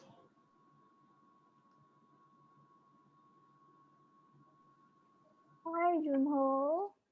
Hi. So, how are you feeling right now? Just not a bit nervous at the first stage, first start. Yeah. Looking good. Yeah, I think we make a lot of changes in our plan compared to previous plan. Yeah. Yes. And you guys are gonna rent a hall for physical event? Yeah, but just now the judges say that they can make us like free of charge. Oh Means yeah. that we can deduct 1,000 from the budget already. Yeah, that's a lot. But how are you guys going to conduct a physical event during CO? I mean, So actually with this one we plan to organize at the September. So we're thinking that maybe at that time the MCO already lifted. So our program is mostly like a hybrid session. So on the day actually on the day is a school holidays. So we conduct a workshop with them, and then we collaborate with the pedagogy. So at first we'll bring the participants to go through the session of the pedagogy to know the history of Sekinjan, and then to know the history of Bedi, waste, all the things, all the agriculture. And moving on, we'll conduct a workshop with them. So we have we turn the agro waste into paper, and then because the agro waste to paper, a lot of stages included, like we need to cook it, and then we cut it, a lot of stages, and then we dry it, and then we turn the paper into souvenir. So souvenir is at the end process. looks like very fun. If it's open, I mean, if the FMCO is lifted, is it open to public or is Yes, it open to it's public. open public? Oh, okay, that's fun. That's fun. How many are you expecting? Like, how many person can participate in that workshop? So actually at first we targeting 40s first. So we see the reaction of the committee itself. If reaction is very good, so we organize it again next year like that. Oh, okay. Yeah, this will be our annual project. Yeah. It's not that much for 40 person a day. It's very good. But what if an FMCO is not lifted? So we try to bring it to the virtual kind of program. So we have a plan B also in our project. So how many person are you targeting on a virtual workshop? In virtual, we can enlarge the participants, but the expense, I would say, is not that impact that compared to physical. So if you change it to virtual, the budget will change as well? I would say somehow might changes a bit because if virtual, right, some things we need to include the postage also. This is our consideration. Yeah. You are looking for 40% also on your virtual program? If virtual, we can enlarge the participants, but physical, we do target 40 because of the concern of pandemic issues. Then for virtual, how much are you targeting? For the virtual, maybe we can enlarge into, from right now we have 40, maybe in future we can enlarge to 50 or 60, increase we see how the budget first. Okay, looks like the judges is back. I'm gonna pass the mic back to the judges to announce the result. Okay, Junhao, right, is your name? Yeah, you can go in, Junhao. Okay, we like your project, but we want to see that, it bring more impact. It bring more impact to the community. Okay, we will help you to save the 1,000 from the renter. Yeah, sure. Right? And so so your total budget is 3,007. Now it become 2,000. Yeah. 2007. Yeah. So we'll give you 2,000. You go and raise 700 over ringgit, through your community or student and things like that. So hopefully you can do more to educate the locals and bring about bigger changes. Yeah, sure. Actually, I'm from Sekinjang also. I'll do impact to my community. So yeah. Okay. Thank you. Thanks. Thank you, judges, and congratulations, Juno, of getting your funding a total of 2,000 ringgit. Next, we're gonna proceed with Relab from University Malaysia Sabah, presented by Ernie Salvina binti Abdul Salam.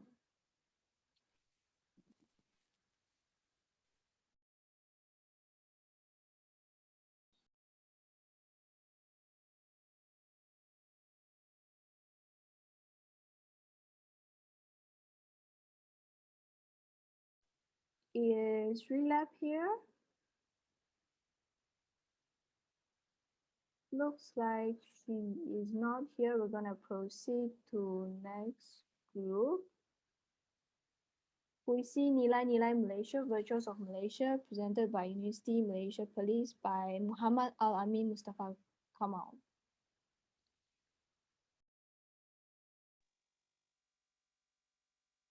Hello, good morning, everyone.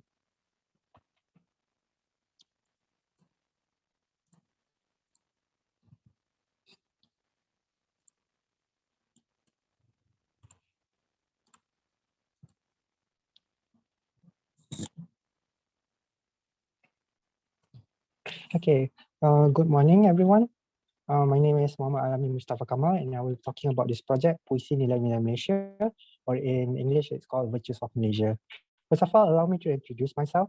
My name is Muhammad Al-Amin Mustafa Kamal. You can call me Al-Amin. I'm a third-year Bachelor of Engineering student in Metallurgical Engineering at University Malaysia Perlis. I'm a certified translator, editor, proofreader, and interpreter by the Malaysian Institute of Translation and Books, ITBM, since 2020. Currently, I'm the Vice President of Club Penulisan Kreatif UNIMAP, Public Relationship EXCO of UNIMAP Speech and Debate Club, and the Treasurer of UNIMAP Performing Arts and Creative Club. As of now, I have published 3 poems and 1 memorabilia, and to be published 6 poems, in which 2 will be translated to Mandarin. Our supervisor is Dr. Nursha Azad bin Shuaib. He is a senior lecturer at Faculty of Mechanical Engineering Technology, University of Malaysia Inggris, Malaysia Perlis, and he is the Ketua Satu or Prime Leader of Angkatan Sastrawan Indra Aksara Perlis. He has been an active writer since 2019. He has achieved a lot of achievement, and among them as I have listed, and he has also published a lot of works such as Kucing Kucing Hotahe and Tanah Air Kuda Bumi Ratu. So what is the project about? First of all, allow me to tell me the inspiration for my project, which is my experience as a translator so far. Since translating since last year, I've met various English texts, and I always find it a struggle to translate cultural content of Malaysia into the national language of Malaysia, ironically. Even between professional translators, they struggle to translate cultural contents into our national language due to the lack of references. A thought came to me. If this can even occur among the best linguistic people in Malaysia, how about those public who do not have any glimpse of linguistic knowledge at all? This leads to our problem. Currently, there is a lack of mutual understanding among races in Malaysia due to the language barriers when teaching and understanding the tacit culture of many races. Therefore, to promote mutual understanding, this project will provide a platform for every race to share their virtues, cultural and moral beliefs using the national language in literature form. A call for poems will be blasted targeting the university students and generally the public, which will then be evaluated by a panel of literary experts. The poems will be gathered and published in a book which will be donated to libraries, schools, and other public reading areas. So to sum it up, call of poems, experts evaluation, and publish and donation. So our target community are 2, university students and also the public and future generations of Malaysia. And the project area is more to arts and culture, but with a creative sense of purpose in racial harmony.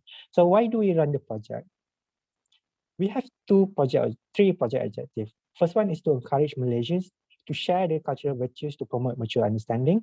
Second, to provide a platform for Malaysians to share their cultural virtues with other Malaysians. And third, to create a cultural reference for Malaysians to understand various races. But we have to understand first, what is cultural reference, or in academic terms, it's called cultural memory. According to Asman, it's a collection of common knowledge by a given society in a given age. And based on Gruyter, it is whatever that has been conveyed through the media, such as writing, film, etc. And any fictional works, such as novel, may form a collective imagination in society. And some great examples are Lord of the Rings and Star Wars. And next, it boosts humanity's ability of retaining past knowledge, history, and technology. To quote directly from Lalan and Randall, without human cultural memory store, civilization would rapidly collapse. So our project activities, it is split into 4 major activities. First is poem writing workshop, where we're going to have one instructor to guide authors on how to write a poem, share cultural values, and find ideas. Second is about call for poems, calling for poem submissions via university networks and social media to get participants. Third is editorial and publishing, poem screening and editing by editors and experienced writers before printing and publishing.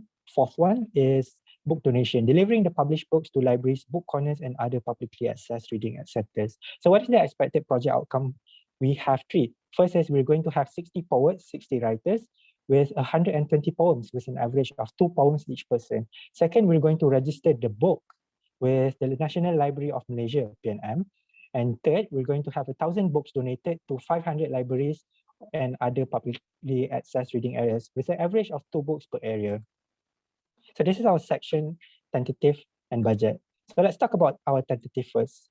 During July, 1 and 30 July, we will contact literature experts for the workshop. We have already made informal solicitation. So this timing is just for the formalization. So from 15th July until 31 August, we are going to have a call for poems, submissions gathering, and participants management. On 31 July, we're going to conduct the poem writing workshop, in which the morning session will be conducted by the speaker.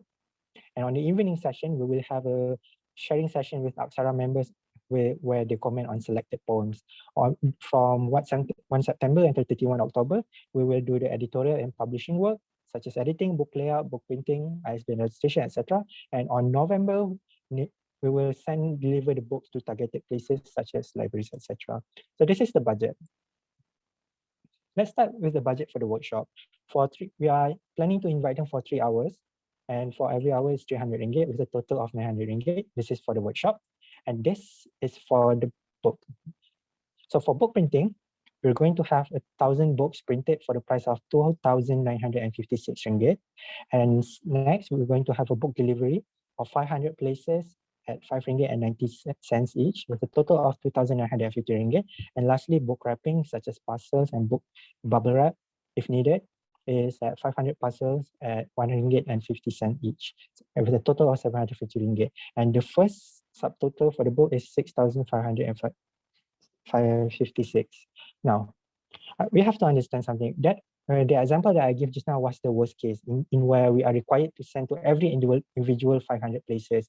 For the worst case, we are going to need 6,656 ringgit. And for the best case, so where we can just deliver it to the state libraries or community centers where they will distribute to their own network, we will cut it off. We can really cut off the delivery costs from 2,500 to around 600 ringgit. So if we go to the best option, the book expenses will be very much lower, where we will have the book printed at 2,956 ringgit. The book delivery will just be around 600 ringgit, and the book wrap will just be around 8 parcels for 20 ringgit. So it's around 160 ringgit, with a total of 3,631 ringgit and 20 cents. So based on those 2 cases, best and worst cases, our total budget for the worst case is 7,556 ringgit, and the total budget for the best case scenario is 4,531 ringgit and 20 cents. So this is the list of quotations. So we have had informal quotations at 5,450 ringgit for 500 books, 6,962 ringgit 30 cents for 1,000 books, and currently we got a formal and currently the best offer, which is 2,956 ringgit for 1,000 books by Akitiara Corporation, and the quotation is valid until July 23. Senang Terbit, ePrint 6,900, and also Akitiara 2,956. And for quotation of delivery, for the worst case scenario for 500 individual parcels, we chose Post Store because they offer the best price, 5 ringgit 90 cents for every delivery. And for the best case scenario, where we're going to need just send 8 parcel, we still chose post store because of the best offer, 46 ringgit 40 cents to 64 ringgit 40 cents, which is around 140 books to 200 books per delivery. The price is based on JNT express rates and post store pricing flyer. So this is postal pricing, 5 ringgit 90 cents per kg, or 1 ringgit 50 cents for every subsequent kg. And this is the JNT price, 7 ringgit 40 cents per first kg, and a price range between 70 ringgit to 90 ringgit for 28 kg to 24 kg. So with 500 places to send, where do we deliver the books? So we're going to deliver it to state libraries and their networks. As of the current survey, in 8 states, there are at least 566 libraries. And our current engagement with the libraries are Perpustakaan Negeri Kedah. They have just agreed around 9 morning just now that they want to accept the books, and they requested a date of delivery for them to prepare personnel. And for Perpustakaan Negeri Perlis, they are open to the idea, but we have to commence formalities, emails and letter. And we will contact other state libraries as well. And for schools, we got verbal agreement by JPN Perlis to distribute in Perlis School. And we also got verbal agreement by SK Jelempok Perlis to assist distribution. And we will also contact other JPN and school headmaster and principals. So the quotation for workshop, these are also informal. We have 2 potential speakers in mind, Dr. Fad Razi and Encik Rashdan Fitri, for the price of 900 ringgit in 3 hours. So this is our potential workshop trainer, Dr. Fad Razi. And this is our potential workshop trainer number 2, Encik Rashdan Fitri.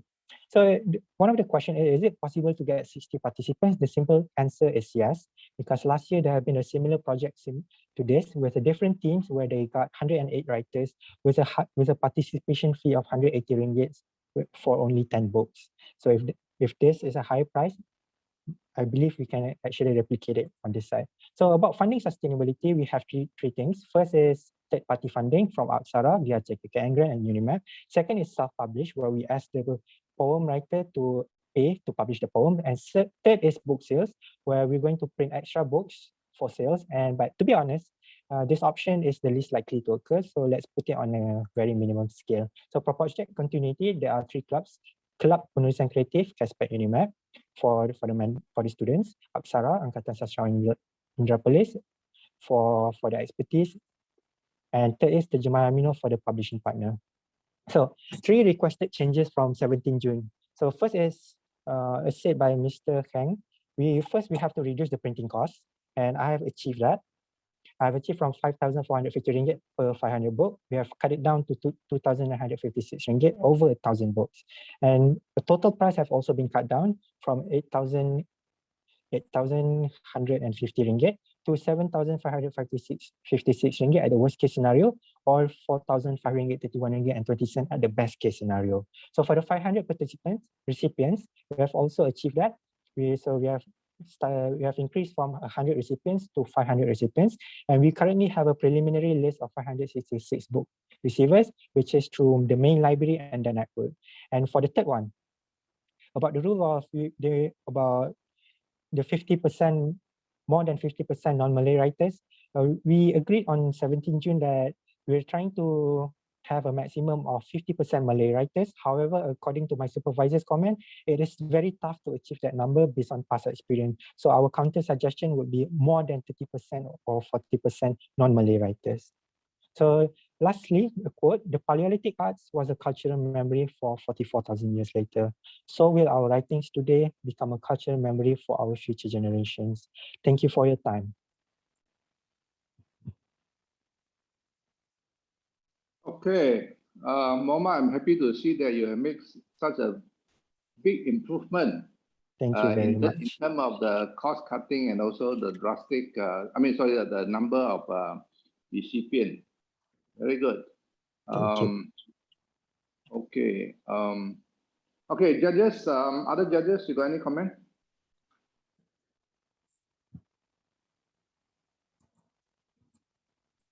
Just a question, yeah?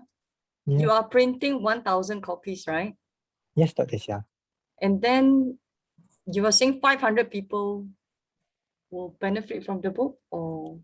I'm going to send to 500 recipients, which are libraries. So for 2 books at every places. So I we're going see. to have, I see, I see. So that's why the total is 1,000. It looks like your delivery cost is the one that's eating a lot into your budget. That's all. My concern is that hopefully, hopefully when the FMCO is lifted, when we can all travel, hopefully like can make use of the network within the state to do their own delivery. That will save your cost. Yeah. Dr. Sia, if I may add, just we have actually sent messages to a few state libraries, and one of their library, Kedah, has actually agreed that they can and they will distribute it for us. Good. So that Yeah. will be a very huge cut of cost over there. But but I'm assuming the worst case, so that is why I will still try to ask for 500 parcels. Yeah, I like what you have done to your proposal. Thank you.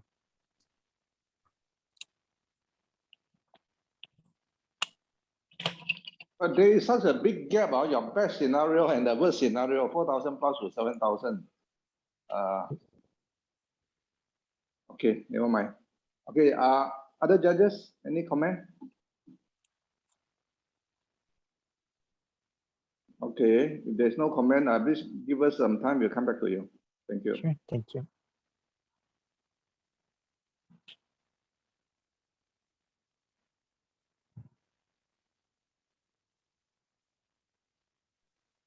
Hi, Amin. Hello, Annie. Are you nervous? Nervous, excited, and actually,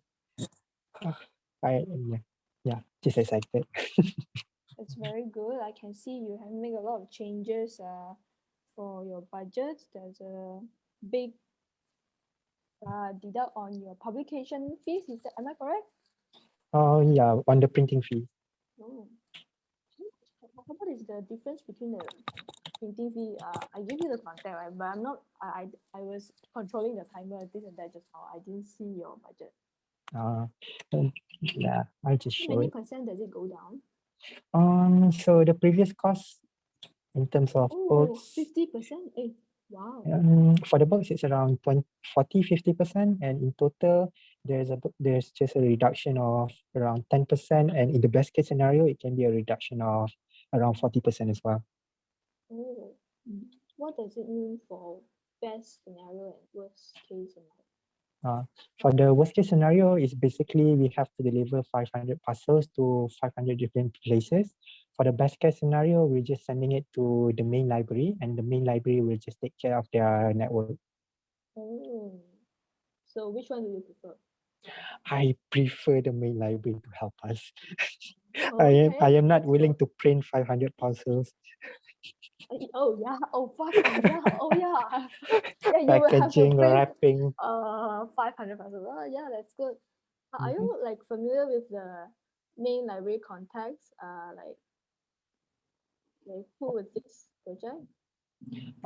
Currently we don't have any insiders or something like that, but more to we made formal contacts and probably WhatsApp with the sending of WhatsApp message to their formal number, just more of a formal request right now. Okay. Yeah, working with library seems good rather than packing 500 parcels to send it out. Yes, please save me. But that it will have to, the FMCO will have to leave then only you can work with the libraries. Is there? Not really, case? not really because it's just delivery. So we will still just have to post it to the main libraries, and then the state libraries can function according however they can. Because if I'm not mistaken, the government agency has more leeway to move around if they have necessity to do something. In this case, they have the necessity to move the books. Oh, so the libraries are still opening during FMCO? For FMCO, I think it's closed for public access, but they are work from home, I think. Working from home. So Yeah. How are you gonna send the parcel then?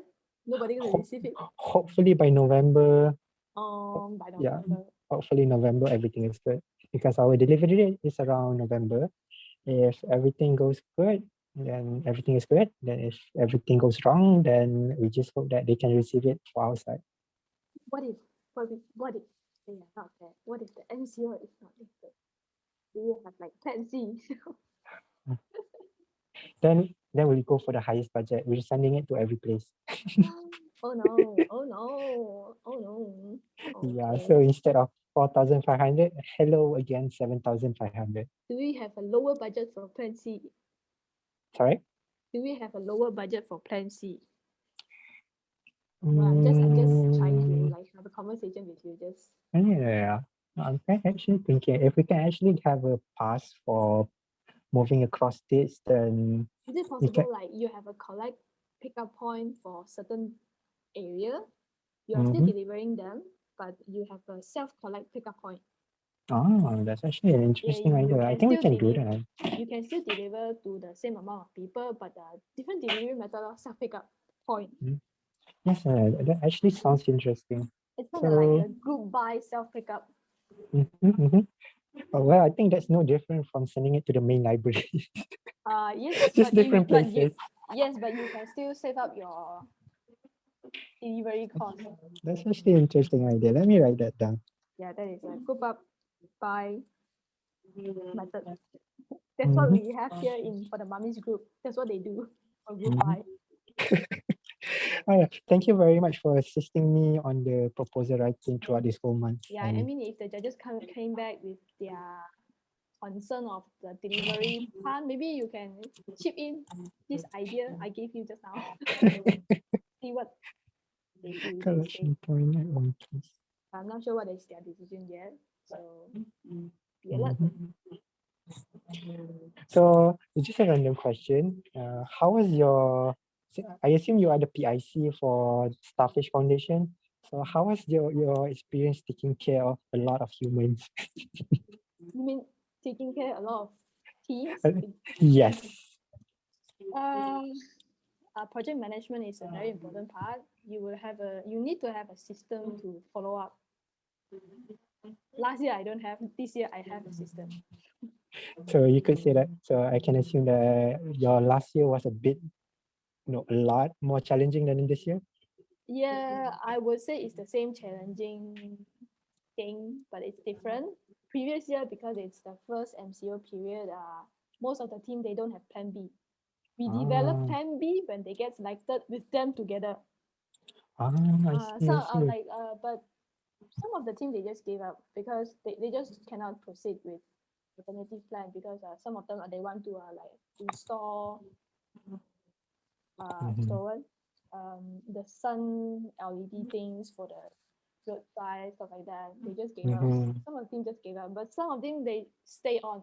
Although they do not have an alternative plan, we just discuss with them and then come up with something. We are back. Oh, the judges is back. I'm gonna pass the mic back to the judges. It's good to see Helena is having a good time chatting with you all while you all are waiting. Elena. Huh? I'm not Elena, I'm Annie. Oh, Annie, sorry. Yeah. Annie is chatting with you. Very good, very good.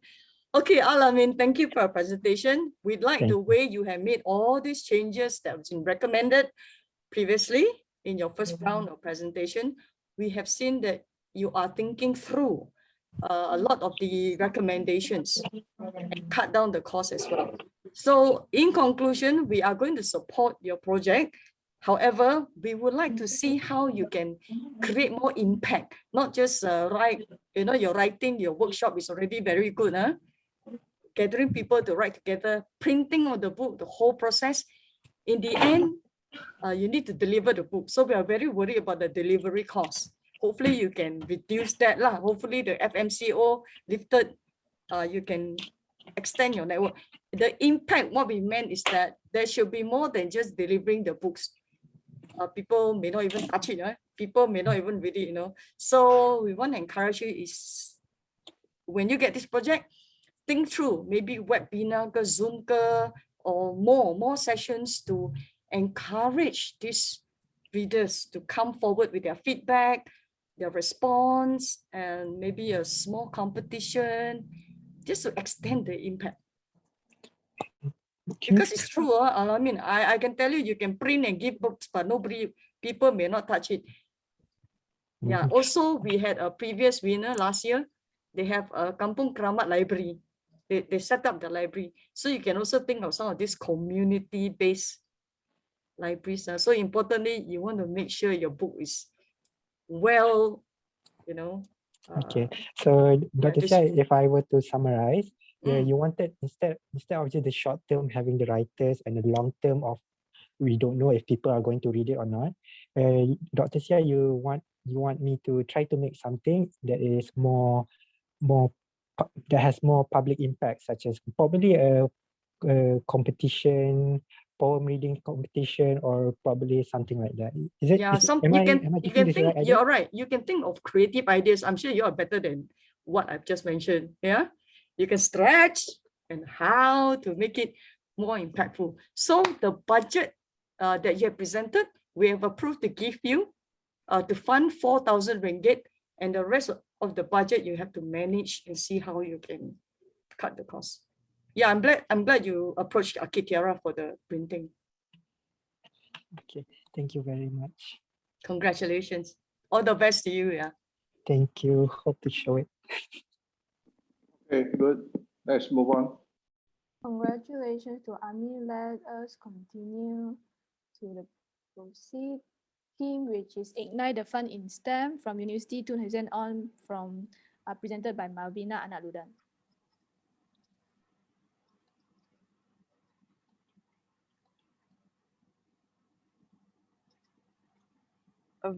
Thank you, MC. A very good morning, IB to judges and all present here. My name is Malvina Analudan.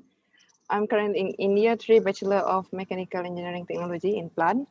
So I'm presenting UTSM with the project titled Ignite the Fun in STEM.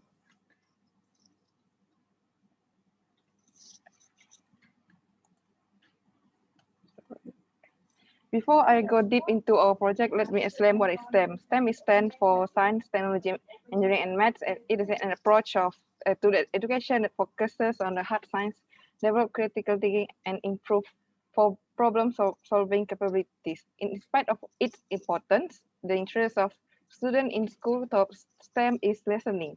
The awareness of the importance of STEM has given necessary attention, especially in education system, to produce more labor that are skilled in STEM to support country's economy. Although the demand for labor associated with STEM has increased, interest in STEM-related subject continues to decline. So why this project? So apparently the performance of pupils of SK Parikromadara in science and maths in last few years has taken dip. These issues related to STEM education based on data survey that we conducted back in March 2021 with a total of 120 respondents consist of year 4, 5, and 6. Majority voted that they are not interested in STEM subject. And we also, through the subject, we asked them to list down what they like and what they don't like about the subject. And majority list down that they prefer to do hands-on experiments, such as experiment, design idea, and logic thinking. So from this, I could conclude that this student prefer a hands-on approach to learning. The head activation is sensory and motor-related parts of the brain. So what they don't like about the project, about the subject, is that memorize formula, multiplication and multiplication, and programming, which is in RBT subject.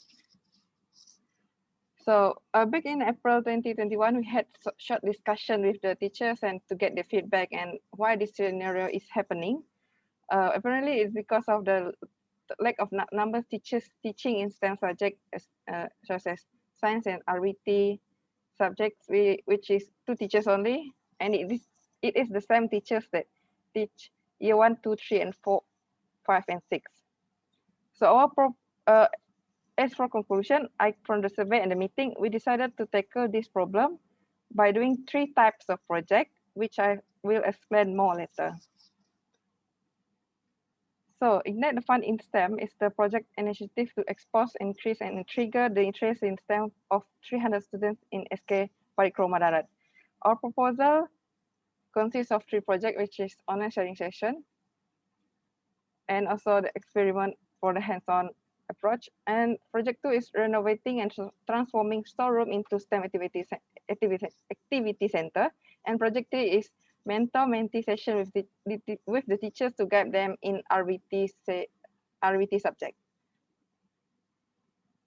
So for project 1, for your information, we're still working on the module of each session to make the knowledge transfer easy to adapt by the students. We also refer to professional expertise in the development of the module. My teammates also consist of 4 faculty which came from different background of studies.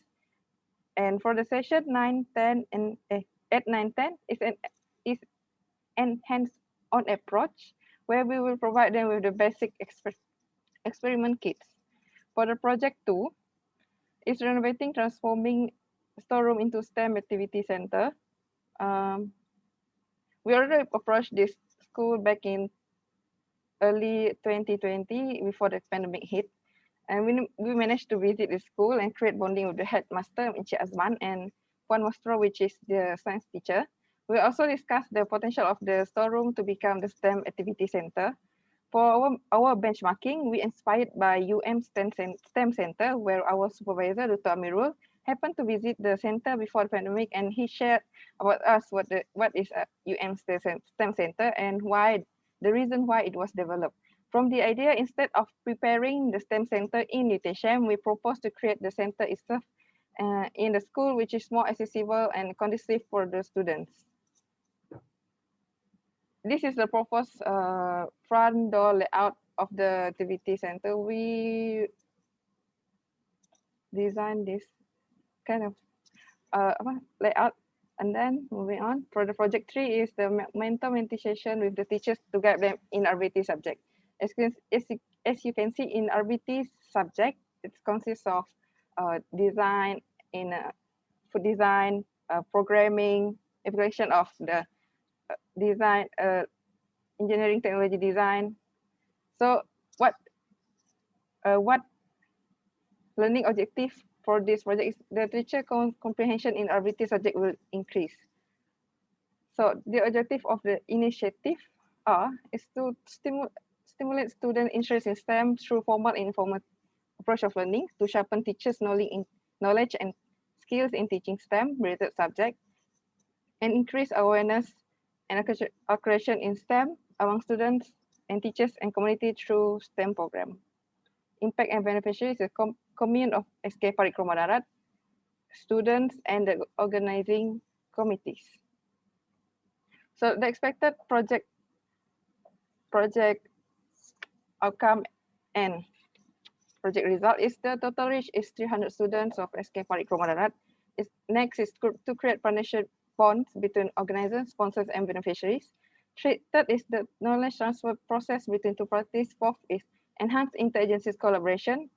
And the fifth is the post-survey of the student interest in STEM will show an increment in interest in STEM subjects. So our PDCA approach is we already identify the problem and plan the project along with the objective, and do implementation of project 1, 2, 3, and the new volunteer recruitment and work process. And for the check is survey after every session for project 1, 2, and 3, objective achievement checklist, observation of the project result before, during, after, and the postmortem CQI for the project 1, 2, 3. And for the act is comparison before and after in terms of the survey and feedback, assessment of every session, and improvement after postmortem findings. For our project timeline, project 1 will be continuously from July to December. Because of the session 7 is the continuous fact sharing, where we will continuously share STEM fact sharing. So for project 3, we will start from August to September, but upon to request by the teachers, and then for the project 2, we will start on October to November, where we already consider margin if any consequences happen during the project timeline. We already plan ahead the division of tasks and already arrange the flow to make the project going smoothly. So this is our project future project planning for the expansion of the KINS STEM Activity Center. So one is to the future benefits. It will be benefit and become a role model for a school in Mua district. Second is the STEM volunteers effort is a continuous effort. More recruitment will be done in every semester. And SK Parikrama Darat is part of UTSM Sekolah Angkat initiative among other schools, and our collaboration will continue in the future. Project sustainability. So outcome for project 1 and 2 for now will be impacted with a total of 300 students. All the findings of every session will be recorded in students' logbook. But we as a volunteer will share all the session and session feedbacks in form of videos, articles, photos in social media, STEM online community, website such as st.my. A bit about st.my is a portal home to latest STEM info and breakthrough to students, teachers, and general public. This channel will be future reference of 4 other universities and NGOs or any party who ever want to do the same project. I would like to highlight that SK Parikrama Darat will become UTSM foster schools. And then for the budget allocation for project 1, with the total 1,672, where 11 ringgit per student for level 1, where there are 152 students, 3 experiments will be covered. And then next still project 1, but for level 2 students, 148 students, where the budget allocation is 20 ringgit 30 cents per student, and 3 experiments also will be covered.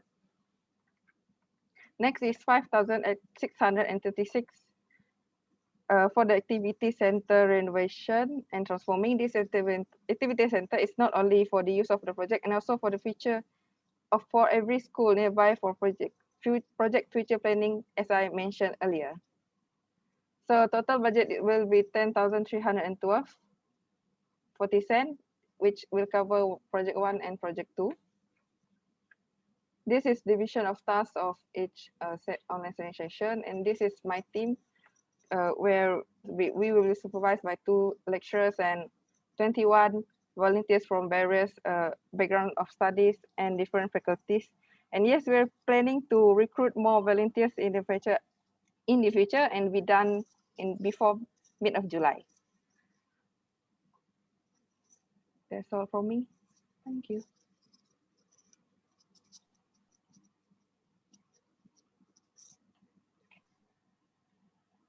Okay. Judges, any comment? Well, thank you for making the changes as compared to your first round presentation, Marvina. Very good. So can you please bring the slide back to the budget, the second budget? This is the first one. Second one. Second one, just for a little bit. So this one, the cost is a lot on the RBT DIY kit. Yeah. Okay. How about the third one? This one, yeah.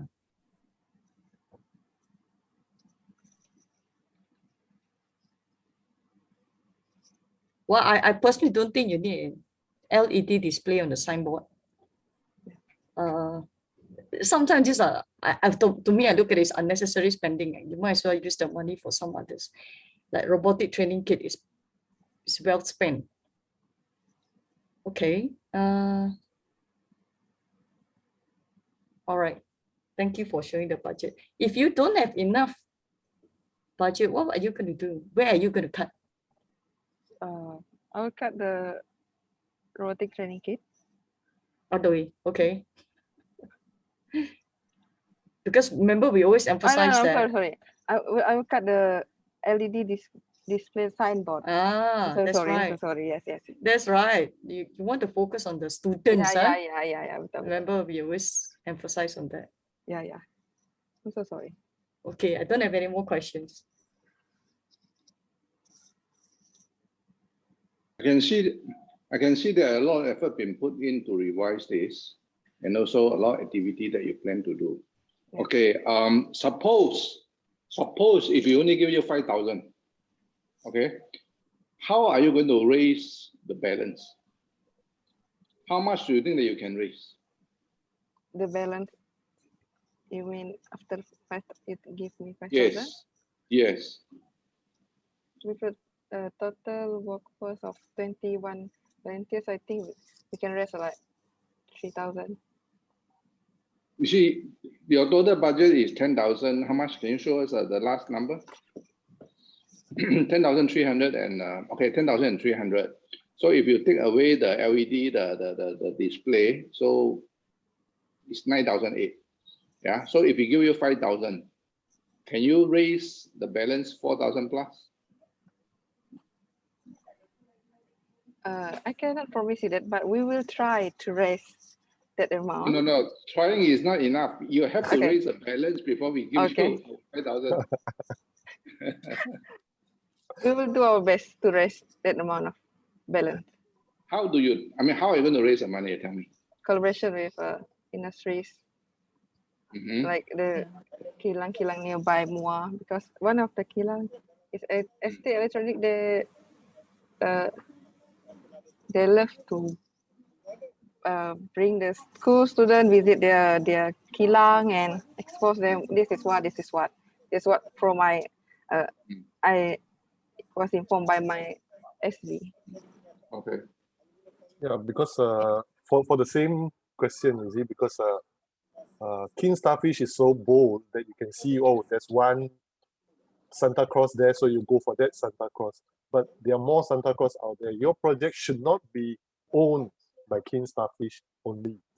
If you have 10 King Starfish out there, they can each one come and sponsor your project. Then you will not only have one school having this kind of project, the other university can sponsor more schools and all that. So I think the changes in the mindset, you see, that's where Mr. PK was trying to say, how can we move away from just depending on one sponsor? Of course, it's easier. One sponsor can finish off your so-called donation work and all that. But the project needs to be approached to more people. Let's say your TV screen and all that. So is there any electrical retailer or who may be interested in engaging to the 500 students? They may be interested, their name to be named in that particular classroom or so. So I would say that King Starfish is not that selfish. We want to own everything. We want to share everything with more and more people. That's the approach that we try to get you people to work on. Okay. Yeah, I would like to echo that also. It's not about, branding UTHM or PFH on the door that matters. It's about what will the impact that your effort that you want to share with the students, and you have to show your excitement, your enthusiasm, so that the students will be infected with that enthusiasm also, So, and you have to portray what you want for them and what they can benefit from this. Okay. Just to add on, Marvina, you can actually approach the local factories, Johor, there are many, to sponsor the TV. Then you can even put their name, sponsored by which factory, or the class that you're converting it to. You can also put there sponsored by which company. And every year you can put their name there. Because for us, we would like you to focus more on the impact you're going to deliver to the students. The teaching, the robotic kit, all the teaching method. We are more on that. Okay. Okay. I'll take note on that.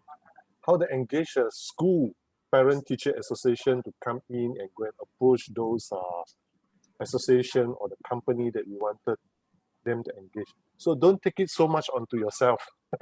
We want engagement. We want you to go out there and engage with the school, engage with the PTA. Maybe you get some rejection, but that is part of the process of learning. Yeah. Right? So when you get meet 10 company, maybe 8 turn you down, but 2 that work out for you, that is where the achievement is. So we want to encourage students move out from your campus and start. You have good idea, but let's share the idea with more people and get yourself, throw yourself into the project. Okay, thank you. Okay. You will be amazed how the local community will come and support you, because right now they are not aware of what you're doing. So go out there and preach to them. Okay. Yep. Pitch to them. Okay. I mean. Okay. Awina, please allow us a few minutes. We'll come back to you. Thank you. All right.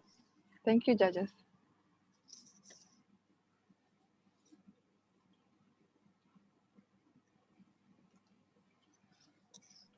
Hi, Novina.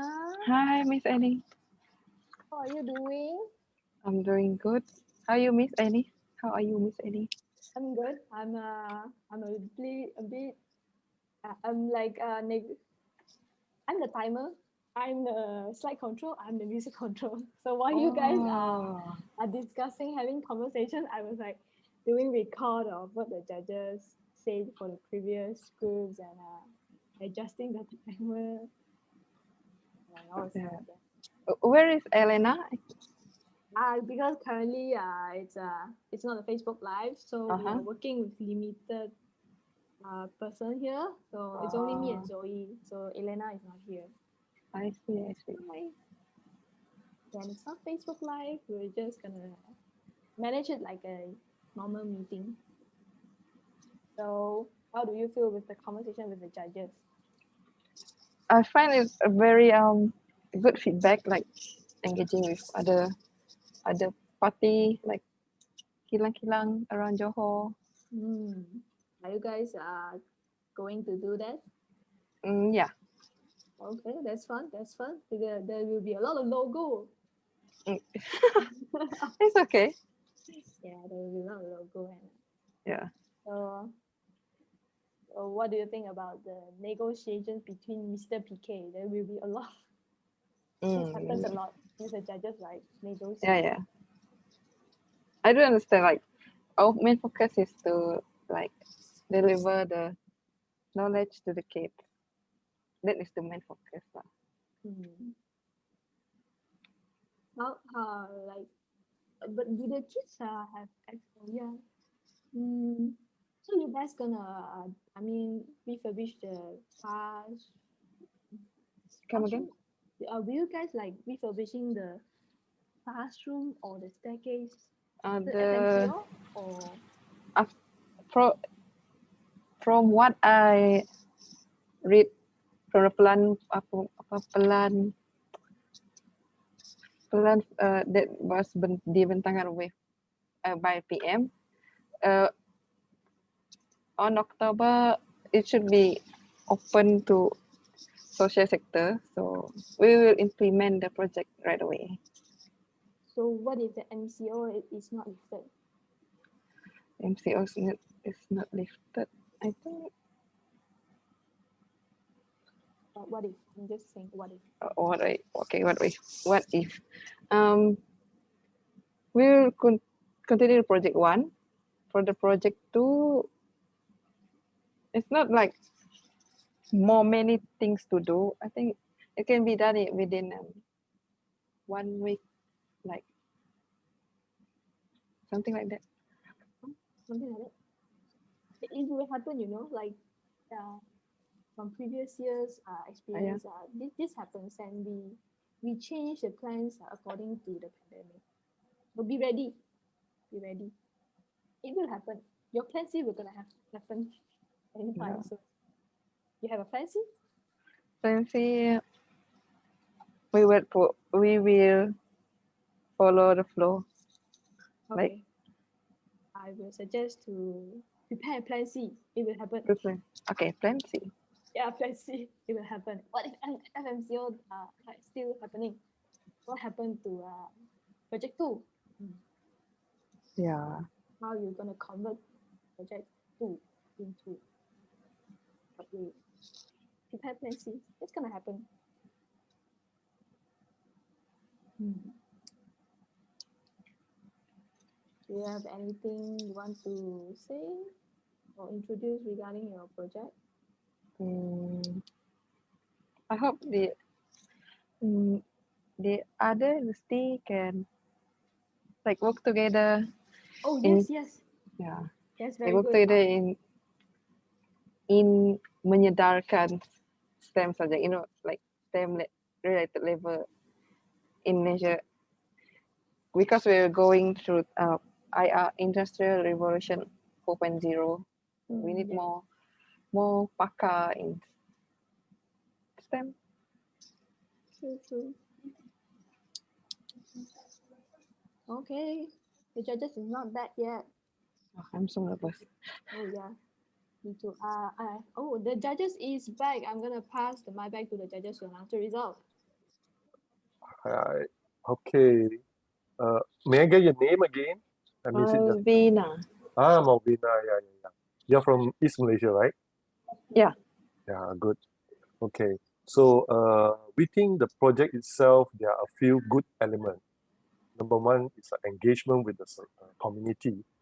From university to community, you engage with the school, and the number of the students that you're engaging is good enough, and you bring in a good concept of bringing in stamps and all that.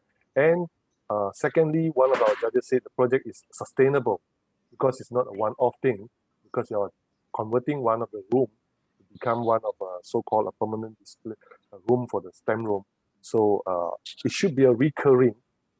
There should be some recurring activities and ongoing for the project, right?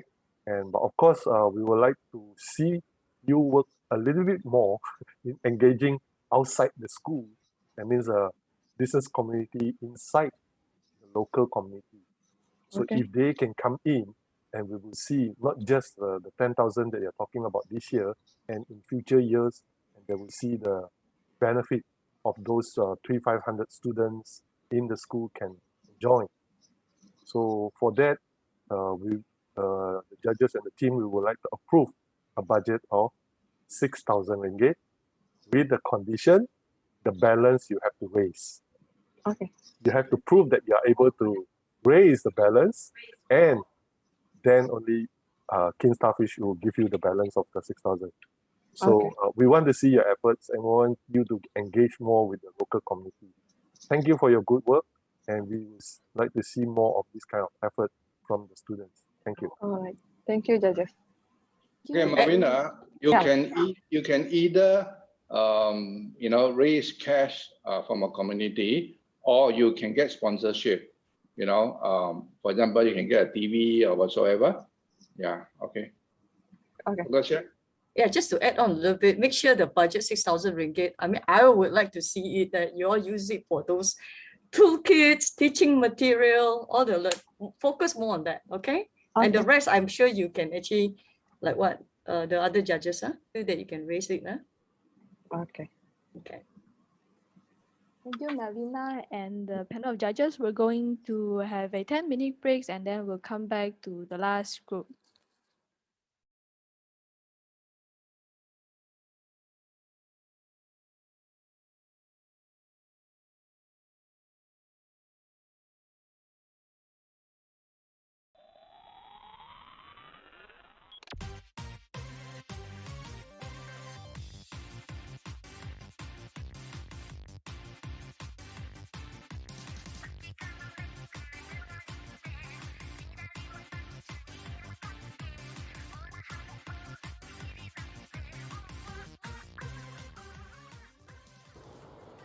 Hello everyone, I am Aisha. Hi everyone. Hi, I'm Xiaoyu. Hi guys, my name is Jun. Hi, my name is Anud. Nice to meet you. Hi everyone, I'm Sijin. You can call me Fiona. Hi, I'm Bini.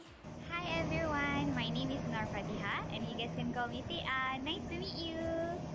Hello everyone, I am Mat Ray. Hi, my name is Shahdan Iskandar bin Mat Syakban. You can call me Shah. Hi everyone, greetings to all of you. You can call me Naifa. Hi everyone, I'm Adlin. Hi, my name is Jannah. Hi everyone, hello, Assalamualaikum. I'm Aina. Hi, I'm Fana.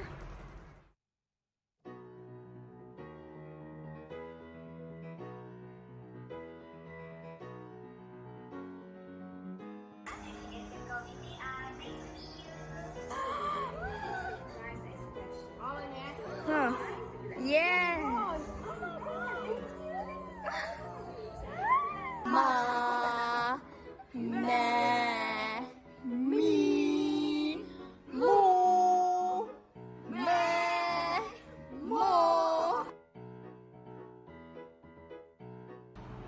Where is Bawang Putih?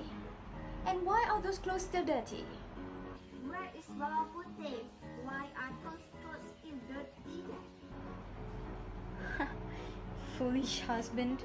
Do you think I really love you? I only love your wealth. Putih? Putih? What happened, Mother? Where were you? I have been calling for you so many times. Are you deaf? I am sorry, Mother. Good. Now go wash the clothes in the river. This husband, you think I really love you? I only love your will. Putih! Putih! What happened, Mother?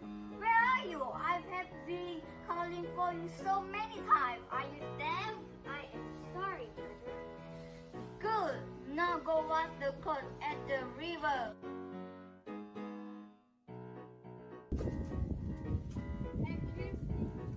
Oh, Your Highness, what is the first year? Are you perhaps here to marry my pretty daughter?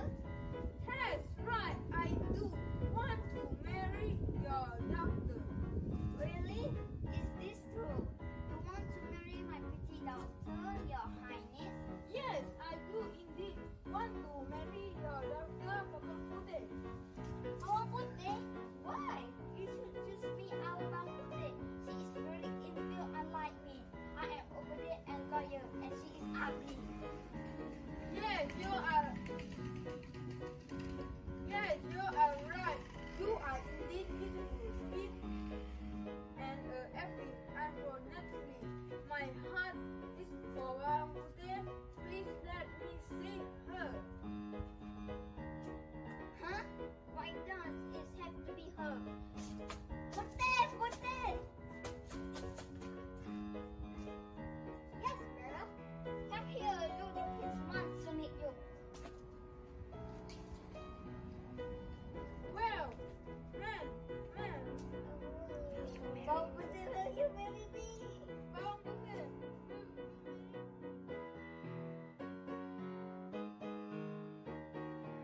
I feel very happy. This is a best memory for me. How do you feel? I am feel so happy. Yeah. I am grateful to be here. And this story is really cool. How do you feel? I feel so happy.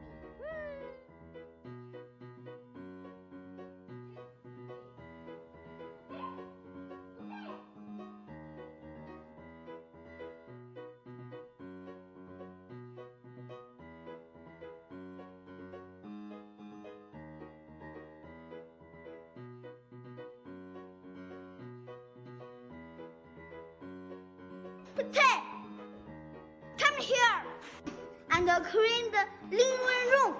Putih, come here and clean the living room.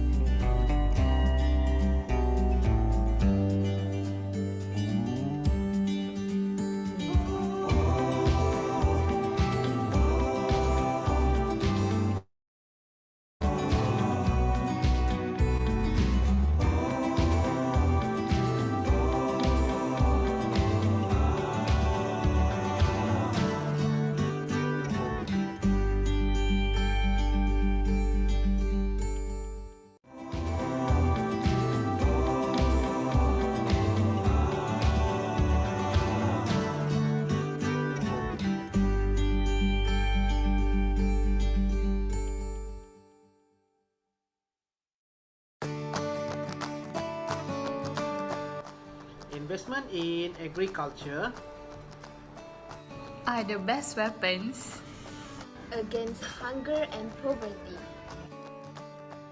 Also, they have made life better for billions of people. Moreover, do good for others. Because it might come back in an unexpected ways.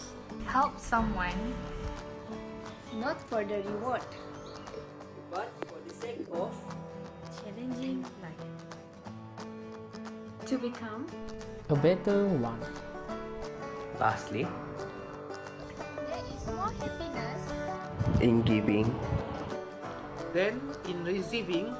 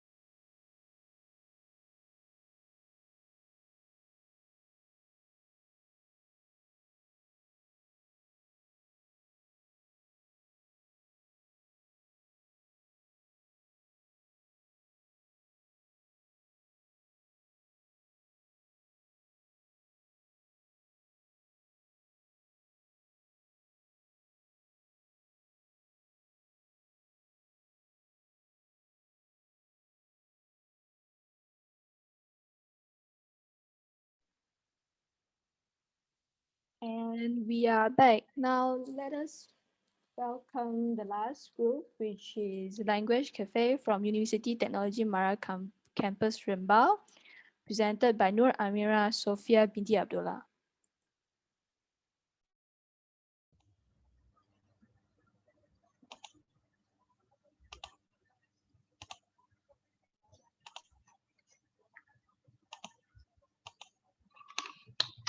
Good morning, everyone.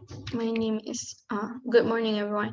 I'm presenting the project Language Cafe from the official language club UiTM.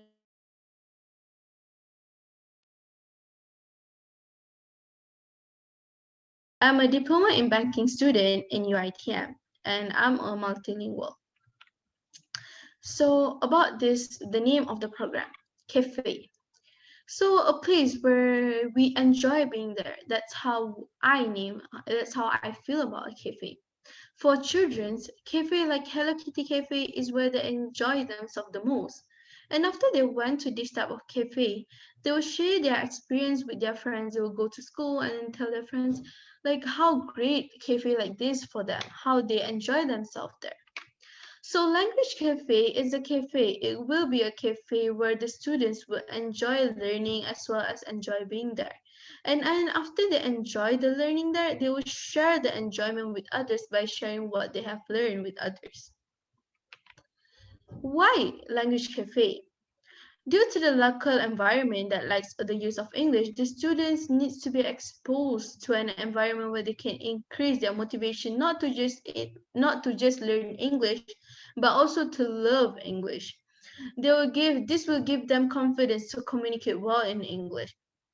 If the students are given the chance to experience a new and comfortable environment, then they'll have high interest to love and use English in their communicative ability. Language Cafe will be a one-stop learning center for students to learn English in an exciting way. The student will be exposed to a conductive and also a positive environment with various forms of teaching and learning materials such as books, games, and stationeries.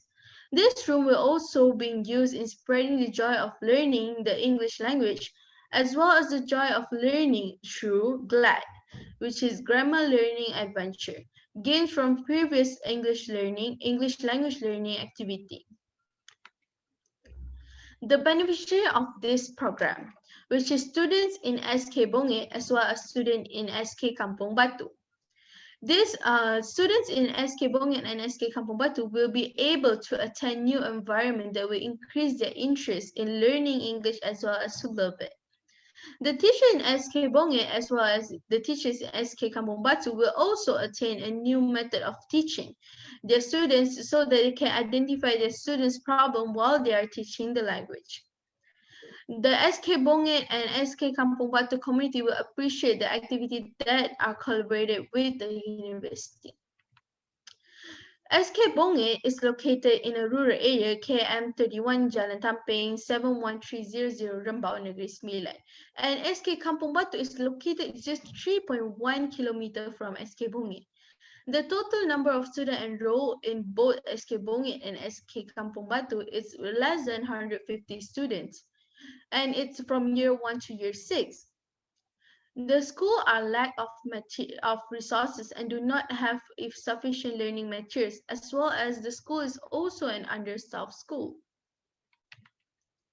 The impact of this cafe: to provide a new and conducive environment for learning English, as well as being the one-stop learning English center for teaching and also learning activities, to share the knowledge in English and also the materials, the English language material with other under-enrolled schools in Rembau, to increase confidence in using English among primary school students, to develop leadership skills among primary school students in the rural areas through this project.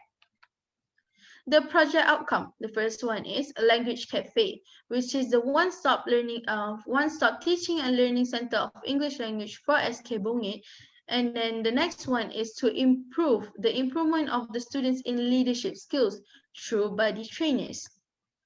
The improvement of students in their confidence and interest to use the English language through workbooks and language games from GLAD. The improvement of students in English language ability and communication skills. So the project time frame. First, we will visit SK Bonge. We will have our opening ceremony there, and then we'll set up the language cafe as well as training our SK Bonge buddy trainers. Distribution of the language cafe handbook, and then the SK Bonge buddy trainers will have a trip to SK Kampung Batu. The second venue is the SK Kampung Batu. Introduction of GLAD, because SK Bonge has had GLAD before. GLAD came before last year, so this year we'll mainly focus on spreading the GLAD in SK Kampung Batu. So the distribution of language workbook and language board games, grammar learning adventure in action. Presenting, the third venue is at the SK Kampung Batu, where we were presenting the students' achievement. SK Bonge Buddy Trainers Award, as well as SK Kampung Batu Year 1 to Year 3 Team Awards and Year 4 to Year 6 Team Awards, and the closing ceremony. So this is the project time frame in more detail, where we will do the opening ceremony, setting up the cafe, and then training the instruction, giving them to the buddy trainers, and getting ready 20 buddy trainers at SK Bonge. And then the next one is at the SK Kampung Batu, we will start our GLAD. So GLAD consists of workbook as well as language board games. We will have activity 1 to activity 4, where there is nouns, pronouns, adjective, adverbs, article, preposition, conjunction, and also verbs. And then at the end, on 20th August, we will have our achievement and also closing ceremonies. So the sample, this is a layout a simple layout of how the cafe will look like.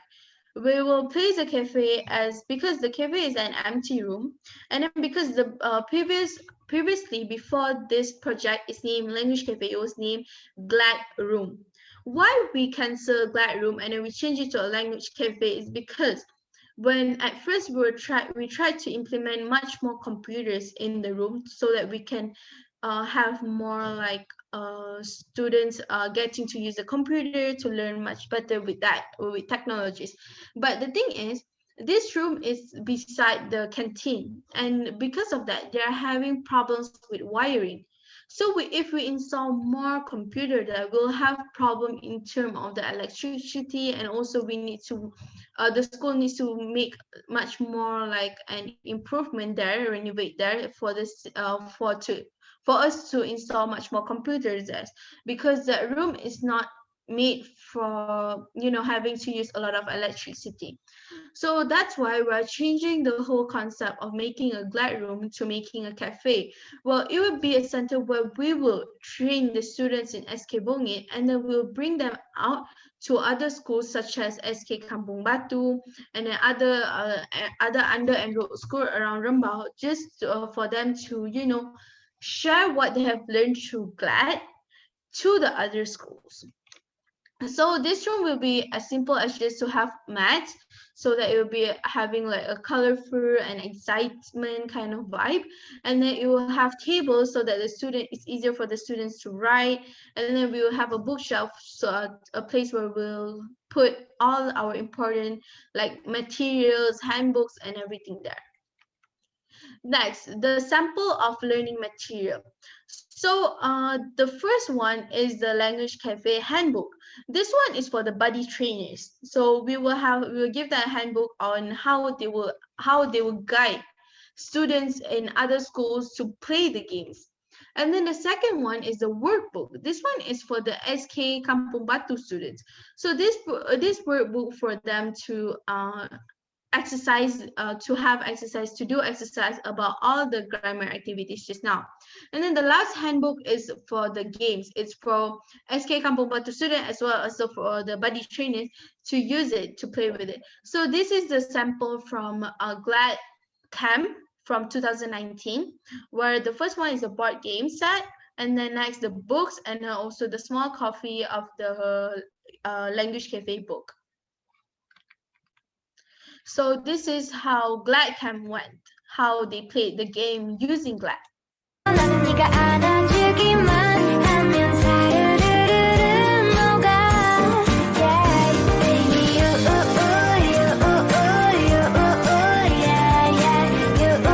That's a simple of how we were using the Glad material. So next, the budget. Because before this, we planned too much budget on the room itself, not the material. So because now we're changing our perspective of the program, of the project itself. So we are more focusing on sharing the knowledge to other schools. So we are implementing less budget on the room and more budget on the material. So this is a more detailed budget where we spend books, the 1,020 ringgit for the books, the Language Cafe exercise the workbook, and the Language Cafe handbook will be 500 ringgit for all the 20 trainers, and then the board game sets, which is the picture I showed before, for all the 25 groups will be 1,250, and then marker pens, for them to write on the board game sets, to play with it, and then mat, foldable table, and also bookshelves for the Language Cafe. And that's all from me. Thank you.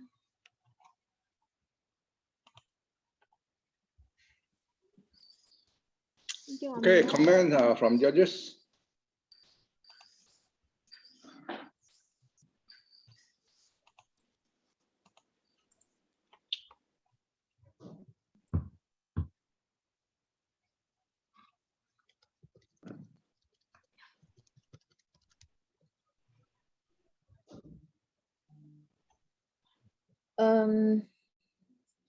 Amira, Yes. can you hear me? Yes. So do you have any plan if in the situation where you cannot actually be at the space, at the room that you're going to create for the students? Because language cafe is going to be a place where we share our enjoyment, right? So we will bring the student from SK Bongit. But if we're gonna go under the situation where we cannot have too many people to be together, then maybe we will make the room, but we will not bring the SK Bongit student to the SK Kampung Batu, and then we'll make less people gathered together, where we will only use a few teachers and also like a few students from SK Kampung Batu, and then we will teach them how to use GLAD, so that when the school is open, the teachers will use the GLAD and teach the students. So if there is going to be a situation where we cannot go and play with the students, teach them how to use GLAD, then we will teach the teachers how to use GLAD, so that the teachers can help teaching the students with that.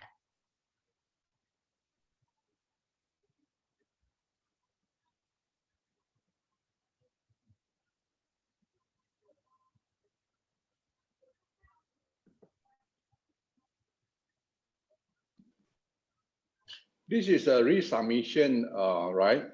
And what is the difference between your revised proposal with the previous one? Okay, because the previous one we focus more on the room. We are more budgeting on how do we want to make the room being attracted, so the student will be getting very attracted to the room. But then we changed our proposal was because that we suddenly, after we're thinking about, as I say, I want to put like much more computer in the room so that it will be easier. But then because there will be some problem with the school for us to install many computers.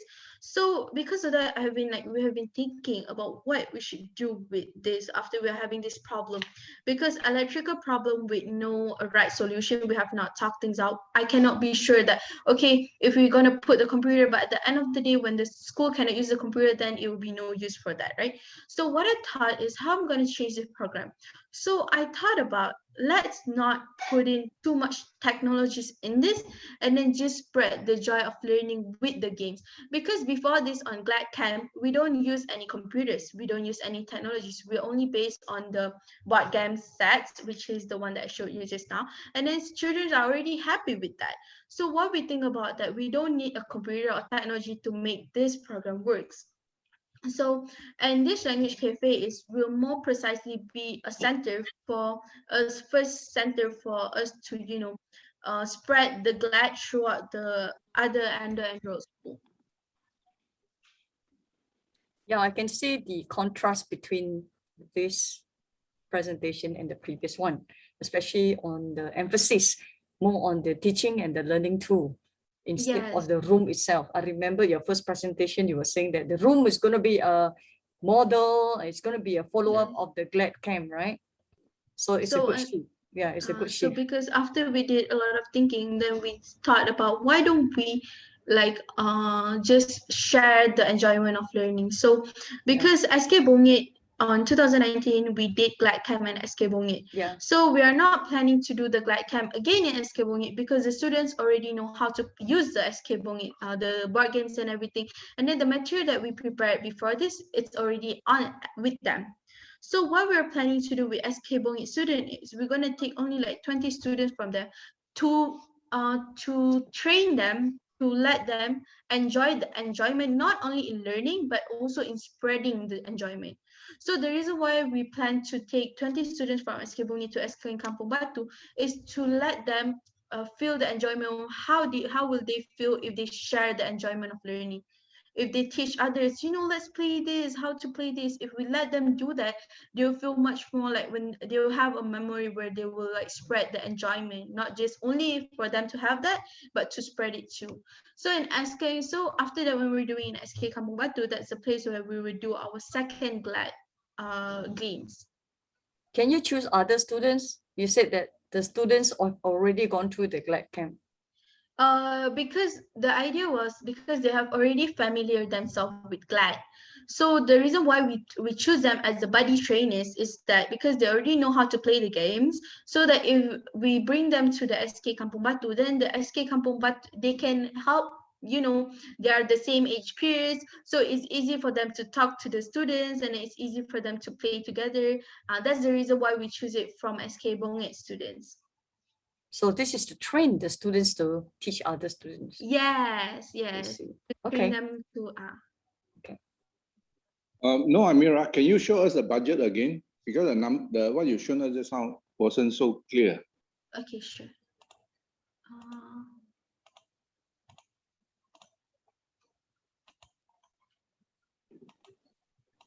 This is the budget. Is it 3,743? Yes. Okay, and how is this one compared with the previous one? I remember the previous one was much higher, right? Yes, because the previous one we focus more on the room, on the how we want to set up the room. So as you can see now, we are more focusing on the material for the books, which is the first one, the Language Cafe workbook, the cafe handbook, and then the board game sets as well. So this three is the main reason why the cost is much more higher on the material rather than the room.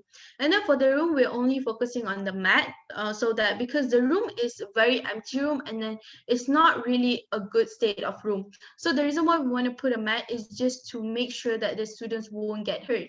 And then next, the foldable table is just for students to make it easier for them to, drop down their notes and everything, for them to use the workbook. And then lastly, we have rack and bookshelves. So like even the foldable table is just, it's not a necessity, but it's just to make the students easier for them to do their work. But if we are out to choose, like for now, we are not, because the reason why we're not focusing too much on the room, so that it makes us feel like, oh, if there's if you have cut down our budget, so we don't have enough budget for the mat, then it's okay, maybe we can do fundraising because the budget for the mat is not that much. And then if there is problem, if there's cut down in the budget and then we cannot buy the folded table, the students can still write on the floor, because that's how we used to do in the previous glad camp. And then the rack of the bookshelf also, because it does not cost a lot, so we can still do fundraising for that. The reason, so it's easier for us to plan through everything, because we're not putting too much budget in setting up the room, because furniture costs a lot. Okay, good. I have one more question. Why do you call it cafe? Okay, because as I said just now, when we say cafes such as Hello Kitty Cafe, the most famous cafe throughout like primary school students, after we go to that kind of cafe, we enjoy being there with a lot of stuffed toys, with their food and everything. So it's a place where we enjoy ourselves. So as students, as like kids, after they went through cafe, like something that excites them, they go to like other places which they go back to I their do school. agree, except that cafe usually has food. Yeah, and then they So will tell them, you may want to consider a more trendy, trendy name or something related to their learning. Yeah, because the Kalau reason tidak, why, they think they go there and drink coffee, okay? yeah, and eat true. cookie. Yeah, maybe we can change the name. Yeah, Yeah, because just my personal opinion. yeah, sure. Okay, and another two more comments. Okay, Can sure. we take away the books? Well, books. If I mean, your whole idea is very clear. You want to create a place for them to have fun, to play. I like the idea of your board game and all that. They will come into the room to play, but the only one condition, they will try to speak to each other in a different language. So we encourage them to use the new language in the room. That's all. So let's move away all the workbooks and all that, because the moment or the workbook will come in later or whatever. Because for children, they have enough workbook to attend to their classes and all that. But let's have more fun, more boards, more games, more on those things. So all you abang kakak and all this, you can come in here and put it in a very natural environment where this they will come in and enjoy the game using a different language. That's all that you need to do to achieve your target.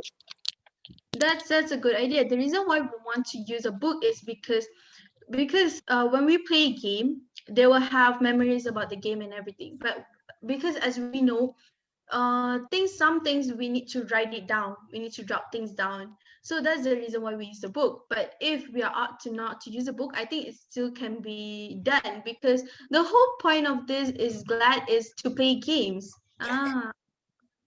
Right? your grad has such a success. So why don't you focus on the game itself and let them have fun with the game? Yeah, and, yeah. and the language come in naturally. Yeah, yeah. I do. I would like to echo that also. I think it's very important that we introduce learning through games, gamification or game-based learning. You know, because workbook sounds very vintage typical. already. You know, very vintage, very boring already for this Gen Alpha. So the approach must be more updated lah. Be you know, understanding your participants is very important, your customers, so that it will be meaningful. But that also includes, I think, your handbook. I don't know whether you're going to recycle the handbook because you're spending so much on each handbook. So you may want to rethink how to go about making the handbook more, you know, it's accessible. At the same time, you don't have to keep printing it. Can be done on an apps or on a microsite, so they can just go to the site Yeah. and have everything there. Yeah. Technology. Good one, Dr. Wan. There should be more implementing all these things. Okay, very good. Yeah, so I think we have discussed enough. Okay, please allow us a few minutes. We'll come back to you. Thank you. Sure.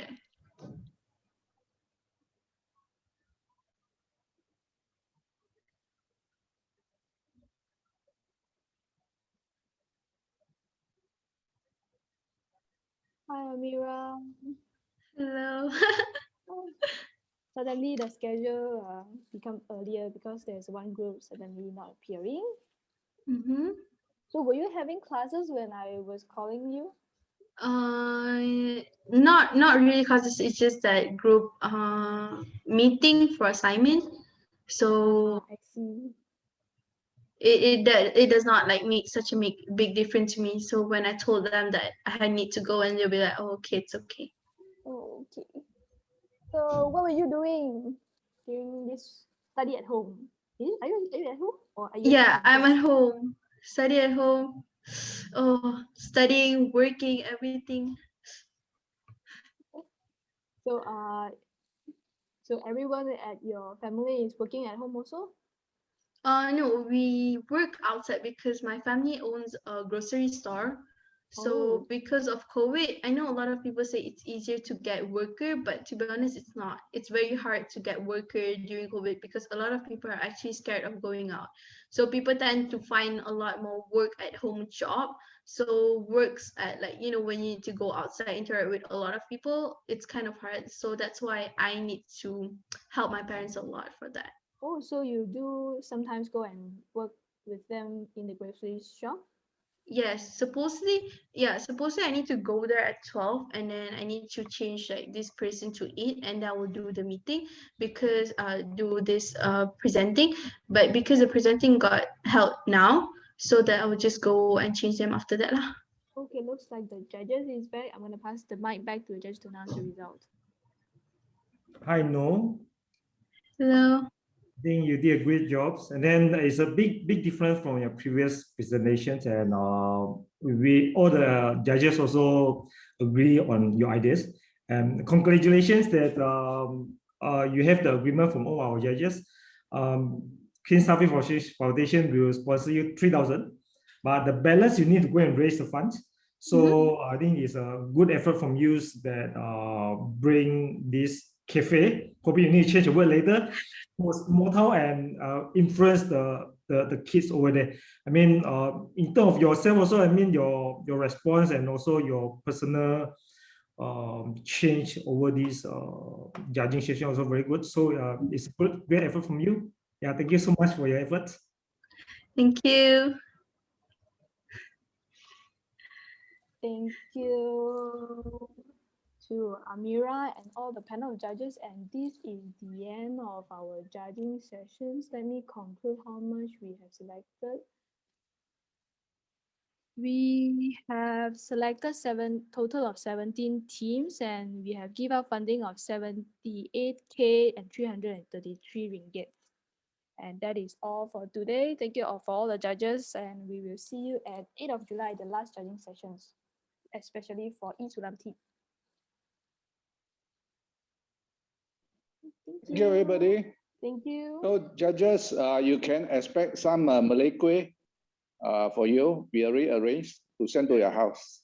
Thank you, thank you. Thank you. Enjoy, and if you cannot Okay. finish, give it to your neighbor.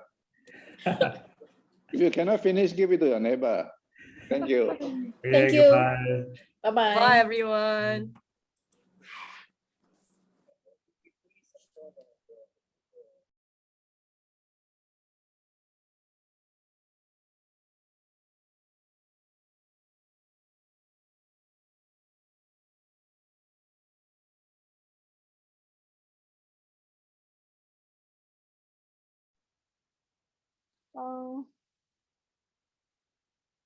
I mean, I'm gonna put you inside with me. Oh, okay.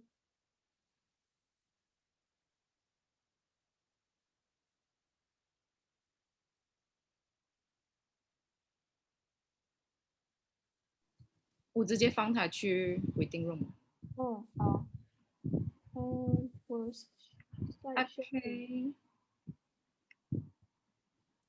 我拍照给你。什么？然后你再放最后一张就可以了咯，17组的。